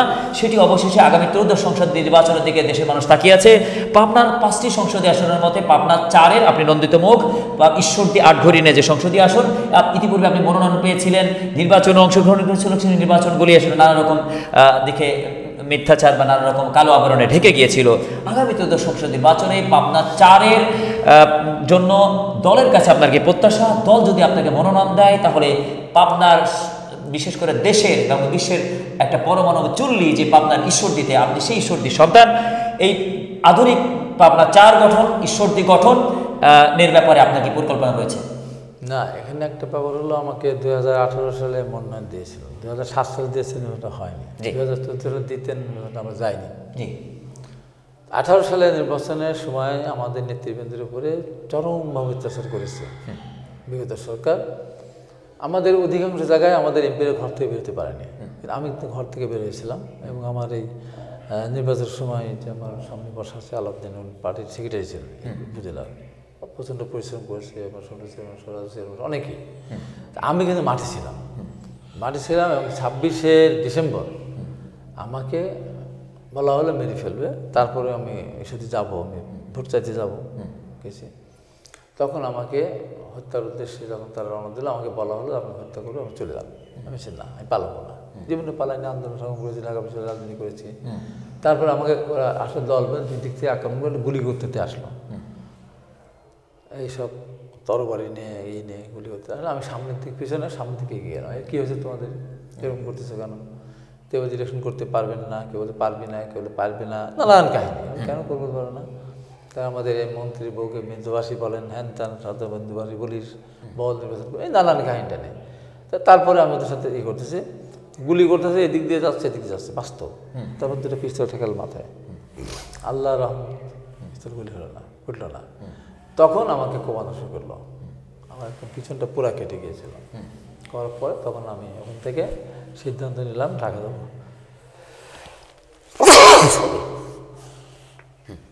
সেখানে সিদ্ধান্ত নিলাম ঢাকা যাবো, আমি বাই রোডে যাবো না, রাষ্ট্রীয় যাবো না। আমার শরীরে বাচ্চা বেঁচেছিল, আমার ছাত্রটা রাজনীতি করতো, তো ওকে বললাম এটা হেলিকপ্টার দেখ, এখান থেকে যদি আমি ফ্লাই করবো তাহলে আমি এত রাস্তা আমি কিন্তু যেতে পারবো না। পরে হেলিকপ্টার ওখানে পাবনা আসলো, আমি তখন পাবনা একটা ট্রিটমেন্ট নিয়ে আমি ঢাকাতে চলে গেলাম। হেলিকপ্টারে এবার ঢাকাতে গেছি, এরকম আমার নুরুদ্দিন অপন তার একটা আমাদের পিএস ছিলেন। আমরা 50 জন প্রার্থী কিন্তু আমরা আহত হয়েছি, কয়েকশোটা আমাদের মেজাফুল গাড়ি ভেঙে দিয়েছে, নানান কাহিনী। তারপরে সেই নির্বাচন তো হলো না। আমি হেলিকপ্টারে ঢাকা গেলাম, পরে আবার কোনো এমপি মারা গেল, মন্ত্রী মারা গেল, পরে আবার পুনর্নির্বাচনে গেলাম, সেখানেও ভোটটা করতে দিল না, তারা সব দখল করে গেল। এখন আমার কথা হলো, দল আমাকে মনোনয়ন দিয়েছিলেন 2007 সালে, 2018 সালে, 2020 সালে। তো 7 সালে নির্বাচন হয়নি, 18 সালের নির্বাচন আগের দিন রাত্রে কেটে নিয়েছে আমাদের আহত করে, 20 সালের নির্বাচন মাঠে দিতে দেয় নাই। এখন আমি দলের জন্য কাজ করছি। দল যদি মনে করেন, আমাদের নেতা জনাব তারেক রহমান, স্থায়ী কমিটি, ম্যাডাম খালেদা সহ যদি মনে করেন যে আমি দলের জন্য কাজ করেছি, তাহলে তারা আমাকে মনোনয়ন দিবেন। আর যদি মনে করেন যে আমার চেয়েও বেশি কাজ কেউ করেছে বা আমার চেয়ে যোগ্যতা সম্পন্ন কেউ আছে, শিক্ষা দীক্ষা সব কিছু মিলে, রাজনৈতিক সব মিলে, তো যাকে দেবে আমি তার পক্ষেই নির্বাচন করবো, এটা খুব স্বাভাবিক। আর পারমাণবিক যে বিদ্যুৎ কেন্দ্রের কথা বলছেন, এটা কিন্তু আমি প্রথম থেকেই, যদি পারমাণবিক বিশ্বে আমরা উপনীত হয়েছি বা পৌঁছিয়েছি, তারপরে আমি বলবো এই পারমাণবিক বিদ্যুৎ কেন্দ্র যেটা, এটা একেবারে দেশকে ঋণের ভারে জর্জরিত করেছে। এটা অনেক দেশে আছে, 30-40 হাজার কোটি টাকার মধ্যে হয়ে গেছে। আমাদের এখানে 3 গুণ বাজেট, 1,13,000 কোটি টাকা এটা ছিল। বাংলাদেশ 10%, 90% রাশিয়ান। একটা লুটপাট হচ্ছে এটা ভায়াবল করা খুব কঠিন, খুবই কঠিন। তার কারণ এত টাকার ঋণ এবং বিভিন্ন বড় 4% উপরে এই ঋণের ইন্টারেস্ট পরিশোধ করে, এবং এই দেশে যারা কাজ করতেছে সব রাশিয়ান, ম্যাক্সিমাম তারা বেতন পায় 7 লাখ, 8 লাখ, 3 লাখ, 4 লাখ। আমাদের কর্মীরা বেতন পায় খুব বেশি হলে সর্বোচ্চ 1-1 লাখ টাকা পায় দু একজন, সব 20,000, 30,000, 40,000 মধ্যে। কিছুদিন কাজ করে, কিছুদিন পর সাটাই করে দেয়। অনিয়ম মানে চরম অনিয়ম। এবং এই টাকা আমরা পরিশোধ করবো কী করে? এই টাকা পরিশোধ করতে করতে আমার বাংলাদেশ তো ফকির হয়ে যাবে। অতএব পারমাণবিক বিদ্যুৎ কেন্দ্র আমি চাই, কিন্তু এই যেভাবে লুটপাট করে করলো, এটা মোটেই ভায়াবল না। এটা আমি এর জন্য মোটে আমাদের এলাকার কিছু মানুষজন হয়তো কিছু চাকরি টাকরি করেছে টুকটাক, এই তাছাড়া এই যে খেসারত দিতে হবে কিন্তু আমাদের দীর্ঘদিন যাবত। আমি বারবার টেলিভিশনে কিন্তু বলেছি, যুক্তি দিয়ে বুঝিয়ে দিয়ে কীভাবে ইন্টারেস্টটা দেওয়া হচ্ছে, কীভাবে টাকাটা লুট হচ্ছে, সব আমি বলেছি। তো এখন করে ফেলেছে, এখন এই মুহূর্তে এটা তো এটা আপনাদের অন্যতম একটা চ্যালেঞ্জ থাকবে কিনা এই দায় পূরণ? আমাদের তো বিরাট একটা রেমিটেন্স বাজার রয়েছে, বিশ্ব বাজার রয়েছে, সেই জায়গা থেকে একটা সাপোর্ট নিয়ে এই পারমাণবিক বিদ্যুৎ কেন্দ্র চালু হয়, এই ঈশ্বরদী যেন আধুনিক ঈশ্বর হয়। আর পাবনাকে সিটি কর্পোরেশনের আলোচনা চলছে, কেউ বলছেন যে ঈশ্বরদীকে সিটি কর্পোরেশন করতে হবে, পর্যটন নগরী করার জন্য কি ধরনের পরিকল্পনা আপনি আপনি যদি সংসদে যান তাহলে এটা ঈশ্বরদী অত্যন্ত গুরুত্বপূর্ণ, অনেক জেলার চেয়ে গুরুত্বপূর্ণ। আমাদের পাবনা জেলাকে আমি সম্মান করি অবশ্যই, পুরাতন জেলা, ঐতিহ্যবাহী জেলা, কিন্তু ঈশ্বরদী কিন্তু গুরুত্ব আসছে এখন অনেক বেশি। এখানকার বিমানবন্দরটি দীর্ঘদিন অচল আছে, বিমানবন্দর চালু এখানে বিমানবন্দরটা চালু করতেই হবে, এই কারণে এখানে বিজেডি আছে, এখানে অনেকগুলো প্লট ফাঁকা আছে। তা আমি যদি আমার দল ক্ষমতা যায়, আল্লাহ পাক যদি আমাকে সংসদে নেয়, আমি অধিকাংশ প্লটগুলি যেন মিল কারখানায় স্থাপন করে, যারা ব্যবসায়ী যারা আছে তাদেরকে আহ্বান জানাবো, দেশি বিদেশি যারা, তারা এখানে যেন এসে নিরাপদে এখানে বিজেডে তাদের কার্যক্রম চালাতে পারে, ফ্যাক্টরি নিরাপদে চালাতে পারে, সেই আহ্বান আমার থাকবে। এবং আমি মনে করি যে সেই আহ্বান শুধু মুখে মুখে থাকবে না, বাস্তবতায় চেষ্টা করা হবে এবং তারা নিরাপদে থাকে, তাদের সেই নিরাপত্তা দেওয়া অবশ্যই। ঈশ্বরদীর এই কীর্তিটা আসলে আমাদের পাঠ্যক্রমে আমাদের শিক্ষার্থীদের ভ্রমণের জন্য আসলে এটার নিয়ে একটা চ্যাপ্টার সংযোজন করা উচিত কিনা। ঈশ্বরদীর ইতিহাস ঐতিহ্য আমাদের শিক্ষার্থীদেরকেও আসলে অনেক প্রত্নতাত্ত্বিক বা অনেক শিক্ষা দেবে কেন, কারণ 1100 বছরের উপরে পুরনো হার্ডিংস ব্রিজ এখানে রয়েছে, অনেক প্রত্নতত্ত্ব বিষয়গুলো রয়েছে, সেটি শিক্ষার্থীরা আসলে জ্ঞান অর্জন করতে পারবে। সারা দেশের শিক্ষার্থীদের জন্য ঈশ্বরদীকে আসলে রিপ্রেজেন্ট করা দরকার কিনা। না, এটা যেমন আপনি ওই বললেন না, পাঠ্যপুস্তকের শহীদ রাষ্ট্রপতি জিয়া রহমানের এই ভাষণগুলি অন্তর্ভুক্ত করা উচিত, বললেন না, করা দরকার কিনা, করার দরকার না, করা উচিত, করতে হবে, প্রকৃত ইতিহাস জানার জন্য দরকার হবে। আর ঈশ্বরদীর ব্যাপারটা ভিন্ন জিনিস। আমরা আগে বই পড়তাম, বাংলাদেশের কয়টি বিমানবন্দর আছে, সৈয়দপুর আছে, ঢাকা আছে, চিটাগাং আছে, মুখস্থ করতাম। ঈশ্বরদীটা মুখস্থ করা লাগতো না, আমার বাড়ির কাছে। ঠিক পৃথিবীর সপ্তম আশ্চর্য কয়টা, একটা, দুইটা, তিনটা, চারটা, পাঁচটা, কোনটা, তারপর হারিং ব্রিজ, এটা আমার মুখস্থ করা লাগতো। এখন পাশাপাশি দুইটা সেতু কোথায় আছে বুঝতে গেলে দেখা যায় ঈশ্বরদী, একটা হারিং ব্রিজ, আর একটা হলো লালন শাহ। এখন বাংলাদেশে কয়টা পারমাণবিক কেন্দ্র আছে হিসাব করে করে দেখা যায় না, একটাই, সেটা ঈশ্বরদী। তারপরে বাংলাদেশে যে সুগার ক্যান যে রিসার্চ ইনস্টিটিউট, সেটা বাংলাদেশের প্রধান কার্যালয় কথা, সেটা করতে ঈশ্বরদী। ডায়াল গবেষণা কেন্দ্র বাংলাদেশের প্রধান কার্যালয় কথা, সেটা ঈশ্বরদী। তারপরে আপনার এখানে একটা রিয়েলিং ফ্যাক্টরি ছিল, সেটা কিছু বড় একটা আলহাজ টেক্সটাইল মিল ছিল, সবচেয়ে বড় জংশনের নাম ঈশ্বরদী, বড় জংশন ঈশ্বরদী। তারপরে আমরা আগে বই পড়তাম, কয়টা বিমানবন্দর কথা বললাম, ঈশ্বরদী বিমানবন্দর, রেলওয়ে জংশন, অনেকগুলি এখানে আপনার স্থাপত্য নিদর্শন এবং এখন এই পারমাণবিক বিদ্যুৎ কেন্দ্রকে কেন্দ্র করে এখানে আমি ক্যান্টনমেন্টও হচ্ছে। হ্যাঁ, এই সব কিছু মিলে ঈশ্বরদী একটা মানে ঐতিহাসিক একটা জায়গা। তো এই জায়গায় আমি মনে করি যে এখানে একজন যদি সঠিক মানুষ যদি এখানে নির্বাচিত হয়, তাহলে সংসদে গিয়ে শুধু ওই যে গমচার ভাগ করা, টাবিকা কে করে, এইটা না, ঈশ্বরদীর জন্য নতুন চিন্তা। ধর ঈশ্বরদীর ফ্লাইওভার একটা হওয়া দরকার, ঈশ্বরদীর রেল গেট পড়ার পরে অনেকক্ষণ বন্ধ থাকবে, যখন ট্রেনের সংখ্যা কমে গেছে, আমি মনে করি ট্রেনের সংখ্যা বৃদ্ধি দেওয়া উচিত। এখন আমার ঈশ্বরদী থেকে ট্রেন নাই বললেই চলে ঢাকা যাওয়ার একটা মানে ট্রেন আছে, ওইদিকে যা খুলনা থেকে যে ট্রেন যেত সেটা চলে যাচ্ছে ওই পদ্মা সেতু হয়ে, রাষ্ট্রের ট্রেন আসে বাইপাসে চলে যায়। যদি বাইপাসের যে ট্রেনটা সেটা আমি যখন বিএনপি ক্ষমতা ছিল, নাজবুল হুদাকে নিয়ে আসি, এলিনা খান সহ তার ওখানে খাওয়া দাওয়ার পরে আমি ঈশ্বরদী নিয়ে আসছিলাম, এখান থেকে ঈশ্বরদী এবার ঈশ্বরদী টাচকে যাওয়া। আমি প্রথম প্যাসেঞ্জার ছিলাম, তার ফার্স্ট ক্লাস প্যাসেঞ্জার ছিলাম আমি সেই ট্রেনে। জি, আমরা অনেক আলোচনা করলাম। জি, দর্শক শ্রোতা, আমি মনে করি যে ঈশ্বরদী অনেক কিছু আছে, আরও কিছু করার মতো ব্যবস্থা আছে। যেমন এখানে একটা বড় হসপিটাল টাটা কোম্পানি আসতে চেয়েছিল, তখন এটা নিয়ে বিএনপির সময় সবাই বিরোধ করছিল। আমি বোঝানোর পরে এই জমিওয়ালারা রাজি হয়ে গেছিলো, তাদের আমরা এই দেবো। একটা বড় মাপের একটা আধুনিক একটা হসপিটাল হওয়া দরকার, একটা ভালো মানের শিক্ষা যদি পাবনা প্রযুক্তি বিশ্ববিদ্যালয় আছে, কিন্তু ঈশ্বরদী তো এখন ধরনের বিদ্যুৎ পুরা চালু হয়ে যায়, পারমাণবিক পুরা চালু হয়ে যায়, আন্তর্জাতিক মানের একটা স্কুল কলেজ হওয়া দরকার। রাশিয়ার এখানে 5-6 হাজার এখানে তারা মানে টোটালি ঈশ্বরদী মানে মিনিমাম 15-20 হাজার এখানে, মিনি মস্কো হিসেবে অনেকে বলে থাকেন। হ্যাঁ, এখানে আছে, এখানে সেই ধরনের শিক্ষা প্রতিষ্ঠান গড়ে তোলা খুবই দরকার, সেই ধরনের হাসপাতাল গড়ে তোলা দরকার, এবং মানুষের চিন্তা চেতনা কে নতুনভাবে যে এই যে জনকল্যাণমূলক করা দরকার। এখানে একটা সমস্যা হলো ঈশ্বরদী এমন একটা শহর যেখানে বাংলাদেশের এমন কোনো জেলা নেই যে জেলার একজন বা দুজন বসবাস করে না। ঐতিহাসিক কারণে এটা হয়ে আসছে, সেই রেল স্টেশনের কারণে আর কি।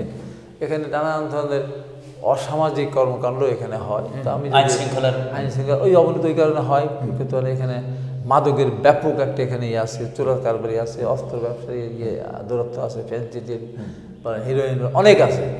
আমি আমার দল রাষ্ট্রীয় ক্ষমতায় গেলে আল্লাহ পাকের সুযোগ দেয়, এই অসামাজিক কর্মকাণ্ড যা আছে, এই অবৈধ ব্যবসা যেটা সমাজকে ক্ষতি করে, ধ্বংস করে, যুব সমাজকে ধ্বংস করে দেয়, সেইগুলির কিন্তু কঠোর থেকে কঠোরতম ব্যবস্থা গ্রহণ করবো, মুখ দিয়ে না, বাস্তবে সেটা আমি করবো। আমি যদি স্বচ্ছ থাকি তাহলে অন্যরা স্বচ্ছ থাকতে বাধ্য হবে।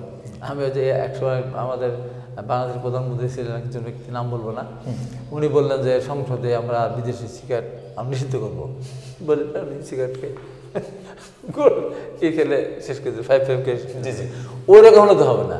আমি নিজে নিজে করবো, এটা মানুষকে বলবো। আপনি জেলা বিএনপি পাবনার দায়িত্বশীল তৃণমূল ত্যাগী নেতাদের মূল্যায়ন কিছুদিন পরে শেষ হয়ে যায় যখন দল ক্ষমতায় যায়, এটি কিন্তু একটা চিরাচরিত ঘটনা। সেক্ষেত্রে ত্যাগী নেতাদের মূল্যায়নের কমিটি গঠনের ব্যাপারে আমাদের কাছে আপিল আসছে যে নেতাদেরকে বলেন ত্যাগী নেতাদের এসিআর বিচার করে, ত্যাগী নেতাদের ত্যাগ বিচার করে তাদেরকে পদবি দেওয়া হয়। আপনার এই আলোচনা দেওয়া অনুষ্ঠানের দর্শক শ্রোতাদের কাছ থেকে আপনার সমাপনী বক্তব্য। না, এই আলোচনা যারা ত্যাগী, যারা নেতা কর্মী, যারা আমার মিছিলে যায়, যারা মিটিংয়ে যায়, জেল, এখন ঘরে ঘরে বসে ত্যাগী হতে হবে না। কিছু কিছু মানে ঘরে বসে ত্যাগী বা সরকারের সাথে আঘাত করে ত্যাগী, এটা তো হবে না। দেখতে হবে তার প্রকৃতপক্ষে রাজপথে কয়টা মিছিল করেছে, কয়দিন গেছে, আঘাত করতে কয়টা, এগুলো তো কিছু মানুষ আছে দীর্ঘদিন বিএনপি ক্ষমতার নেতার ধারে কাছেই নেই। এখন তারা বলবো যে আমরা পুরনো লোক, আমরা প্রথম থেকে ছিলাম, তাহলে তো হবে না। তো রাস্তায় তোমার কয়টা মিছিল অংশগ্রহণ করছো, কয়টা মামলা করেছো, কয়টা অত্যাচারিত হয়েছে, দেখাও সেগুলি। অবশ্য প্রকৃত যারা ত্যাগী, যেমন কিছু কিছু মানুষ আছে, আমি যেমন জেলা পঞ্চায়েতের আহ্বায়ক হিসেবে বলবো, আমাদের জেলার কিছু নেতা আছেন যারা আমার কমিটির সদস্য, তারা আমাদের প্রোগ্রামে আসে না। শহীদ রাষ্ট্রপতি জিয়া রহমানের 30শে মে প্রোগ্রামে আসে না, এখানে ম্যাডাম খালেদার মুক্তির মিছিল আসে নাই, মানে বিদেশে চিকিৎসা দাবিতে মিছিল আসে নাই, দমফিল আসে না। এখন তারা বললো আমরা আগে ছিলাম, আমাদেরকে দিতে হবে, এটা দিতে হবে, সেটা দিতে হবে। দলের যারা সিনিয়র নেতা আছেন বা যারা উদ্যোক্তা আছেন তাদেরকে বোঝালো, হ্যাঁ আমি একটা ব্যক্তি, আমার লোককে দিতে হবে। এই সমস্ত যদি কেউ করে তাহলে পরে সেটা তো আমার কাছে গ্রহণযোগ্য না। আমার কাছে গ্রহণযোগ্য যারা মাঠে ছিল, দলের সিদ্ধান্ত যারা মানবে, দলের সিদ্ধান্ত মোতাবেক দলের নেতৃত্বকে যারা মানবে না, তার ত্যাগেতে 1 পয়সা মূল্য নাই। যেমন যখন আপনাদের লং জাম্প দেন, লং জাম্প দিলে যদি ওই যে থাকে স্টক পাউডার থাকে যেটাকে, ওর যদি এতটুকু দাগের উপর পা পড়ে, আপনি 3 ফুট যদি এগিয়ে যান আপনার প্রতিপক্ষের চেয়ে, তাহলে গুনবে না, ডিসকোয়ালিফাই। যারা দলের নীতি মানে না, দলের সাথে কর্মকাণ্ড, দলের নেতৃত্বকে মানে না, তারা মুখে মুখে ত্যাগী হলে সেই ত্যাগী দিয়ে তো মূল্যায়ন করা যাবে না। আরেকটা কথা হলো, দলের ভিতরে একই পোস্টে তো একাধিক মানুষকে দেওয়া যাবে না, দিতে হবে ওর ভিতর দিয়ে সামনের দিকে এগিয়ে যেতে হবে। আমার জীবনে বললাম না, আমার জীবনে আমি যখন সরকার সমর্থন তো অনেকে নেতাই ছিলেন না, অনেক বড় নেতা। তারপরে দেখা গেল যে আবার আমি যখন 2009 সালে আমাকে করা হলো, তখন দেখা যায় আমার জুনিয়রের উপরে চলে গেল। আমি কি মেনে নিইনি? রাজনীতিতে তো আপনার অভিমানের জায়গা নেই, কাজ করতে হবে। কাজ করলে দলের নেতা নেতৃত্ব তার, হ্যাঁ মাঝে মধ্যে মন খারাপ হবেই। এমন একটা লোককে যদি দেখা যায় যে আমার চেয়ে কম যোগ্য সম্মান লোক সে আমার সামনে চলে আসছে, তার মন খারাপ হবে। কিন্তু তারপরেও দলের চূড়ান্ত সিদ্ধান্ত যখন দলের চেয়ারম্যান বা দল নেবেন, তখন আমাকে ওইটা মেনে চলতে হবে। জি, আপনাকে আমাদের সাথে যুক্ত করার জন্য ধন্যবাদ জানাচ্ছি। প্রিয় দর্শক, এতকে যুক্ত ছিলেন সেই বিধগ্ধ একজন রাজনীতিবিদ, একজন জাতীয় রাজনীতিক, জাতীয়তাবাদী দল বিএনপির অন্যতম একজন ত্যাগী, রাজপথের লড়াকু সৈনিক, টকশো সঞ্চালক, বিএনপি চেয়ারপারসনের উপদেষ্টা, পাবনা জেলা বিএনপির আহ্বায়ক, পাবনা 4 সংসদীয় আসনের নন্দিত মুখ। যে আলোচনাগুলি আমরা করলাম, ইতিহাস ঐতিহ্য থেকে যে পয়েন্টগুলি আমরা উত্থাপন করলাম, সেটি উপদেষ্টা সরকারের জন্য কাজে লাগবে। আমাদের এই বিষয়গুলি অবশ্যই বিএনপি যদি ক্ষমতায় আসে, তাহলে অবশ্যই এখান থেকে অনেক পয়েন্ট আসলে দেশবাসীর জন্য থাকছে। আমরা স্বাধীনতার স্টেক হোল্ডারের ব্যাপারে কথা বলেছি, আমাদের ফাউন্ডার ফাদার্সদের ব্যাপারে কথা বলেছি, জাতির সত্যিকার বঙ্গবন্ধু কে সেটিও আমরা জাতির কাছে প্রশ্ন রেখেছি। যে 75-এ যাকে বঙ্গশত্রু বিবেচনা করা হলো, যিনি বাঙালিদেরকে বঙ্গশত্রু হয়ে গেলেন, 75-এর 7 নভেম্বরে কিন্তু বাঙালি আবার নতুন একজন বঙ্গবন্ধুকে কিন্তু পেয়েছিলেন। তিনি সত্যিকার বঙ্গবন্ধুত্ব রেখেছিলেন, তাকেই আমরা আসলে নতুন কেন আসল বঙ্গবন্ধু বলতে পারবো না? কেন আমরা ন্যাশনাল অব দি ফাদার হিসেবে শহীদ প্রেসিডেন্ট জিয়াউর রহমানকে ভাবতে পারবো না? এই বিষয়গুলি প্রশ্ন রেখে দর্শক শ্রোতাদের সবার কাছে দোয়া প্রার্থনা করে আপনার কথার মাঝখানে শুধু একটু বলতে চাই, কেন এটা হলো, তার মেয়ের অপকর্মের কারণেই তো এটা হলো। জি। এই যে আমার এখানে একটা ঘটনা ঘটেছিল ট্রেনে, আমি কিন্তু ওনার সাথে ছিলাম, 9 জনের ফাঁসি, 25 জনের যাবজ্জীবন কারাদণ্ড, তার ভিতরে সে একজন, এবং 13 জনের 10 বছরের জেল। হয় কোনো দিন যেখানে মানুষ মারা যায় না, যেখানে তার কাছে কোনো কিছু আসলো না, এখন আমার 9 জন ফাঁসির আসামি এখন ভিতরে আছে, সেটা তাদেরকে বের করার চেষ্টা করতেছে। এই যে এত অত্যাচার করলে ফাদার অফ নেশন ছিল, মানবে কেন? মানতে পারে? মানবে কেন? মানুষ তো মেনে নিয়েছিল, বঙ্গবন্ধু বলতো, আপনারা বঙ্গবন্ধু বলতেন, আমরা বঙ্গবন্ধু বলতাম, কিন্তু দেখলাম যে না, তিনি তো সব বঙ্গশত্রুর কন্যা, বা তিনি তো 75 তিনি বঙ্গশত্রু হয়ে গেছিলেন। তার নাম ব্যবহার করেই, তার মায়া কান্না করেই, তাকে দেখেই বারবার রাষ্ট্রীয় ক্ষমতা আসার চেষ্টা করেছে, বিদেশের সাথে সম্পর্ক করার চেষ্টা করেছে। আমি কিন্তু 3 তারিখে না, 1 কি 2 তারিখে বলেছিলাম যে আপনার অপকর্মের কারণে এখনো সবুজ সুযোগ আছে, আপনার অপকর্মের কারণে এই যে ভাস্কর্য যা আছে স্থাপন একটাও থাকবে না, সব গুঁড়িয়ে তছনছ করে দেবে। এখনও সময় আছে, তত্ত্বাবধায়ক সরকারের দাবি মেনে নিয়ে ক্ষমতা হস্তান্তর করেন, দেশবাসীকে বাস্তব না শুনলে পরিণতি ভয় পাবে। শুনে নাই কত নির্মম পরাজয় আপনি দেখেন যে সেনাপ্রধান তার আপন ফুফাতো বোনের হাজবেন্ড যখন জনতা যখন গণভবন থেকে ধেয়ে যাচ্ছে, তখন উনি বলেছেন যে ম্যাডাম ছাড়, জনতা তো রওনা দিয়েছে, আমরা জনতাকে প্রতিহত করবো না, আমরা জনতাকে গুলি করতে পারবো না, সিদ্ধান্ত আপনার, আপনি জনতার হাতে মারা যাবেন না দেশ ছেড়ে চলে যাবেন। তারপর দেশ ছেড়ে চলে গেছে, সাহস হয় নাই, ঠিক আছে আমি করা করবো, একটা লোক তার পাশে দাঁড়ায়নি। আমি বারবার বলতাম 75-এর 15 আগস্টের আগে এই আওয়ামী লীগের কাপুরুষেরা তখন সব মানে কী বলে শক্তি মতমত্তায় তার এমন অবস্থা ছিল, বলতো বঙ্গবন্ধু যেখানে আমরা আছি সেখানে। যেদিন 32 নম্বরে বললাম কাপুরুষদের যায়নি, আমি এই প্রধানমন্ত্রীকে উল্লেখ করে বলেছিলাম ঢাকা প্রেস ক্লাবের সামনে যে 75 স্লোগান শুনেছিলাম, নির্মম ঘটনার পর কেউ আপনার পাশে দাঁড়ায় নাই। আপনি যাদের কথা মতো এত কিছু করছেন, একসময় দিন আসবে কঠিন পরিণত হবে, আপনি চোখে দেখবেন নিজে কেউ আপনার পাশে নেই। তাই এই কাজগুলি করা বিরত থাকেন। এই সমস্তগুলি মামলার মামলা প্রত্যাহার করে নেন, তাই মামলা প্রত্যাহার করে নেন, যুবদের মামলা প্রত্যাহার করেন, ধীরে গণতন্ত্র ফিরে দেন। নাদেরকে ভয়াবহ পরিস্থিতি হবে, আপনারা দেখেন তাই কিন্তু হলো, আরও নির্মম ঘটনা ঘটলো। তো এই সমস্ত ঘটনা যারা অবশ্যই দেশবাসী শিক্ষা নেবে, শিক্ষা নেবে আগামী দিনে আমি মনে করি যে আমাদের নেতা জনাব তারেক রহমান এইটা দেখার পর, যদি মানসিকতা আগের থেকেই ওনার এই ধরনের চিন্তা চেতনা তার ভিতরে নেই, যার কারণে উনি বারবার সতর্ক করছেন আমাদেরকে সতর্ক হতেই হবে।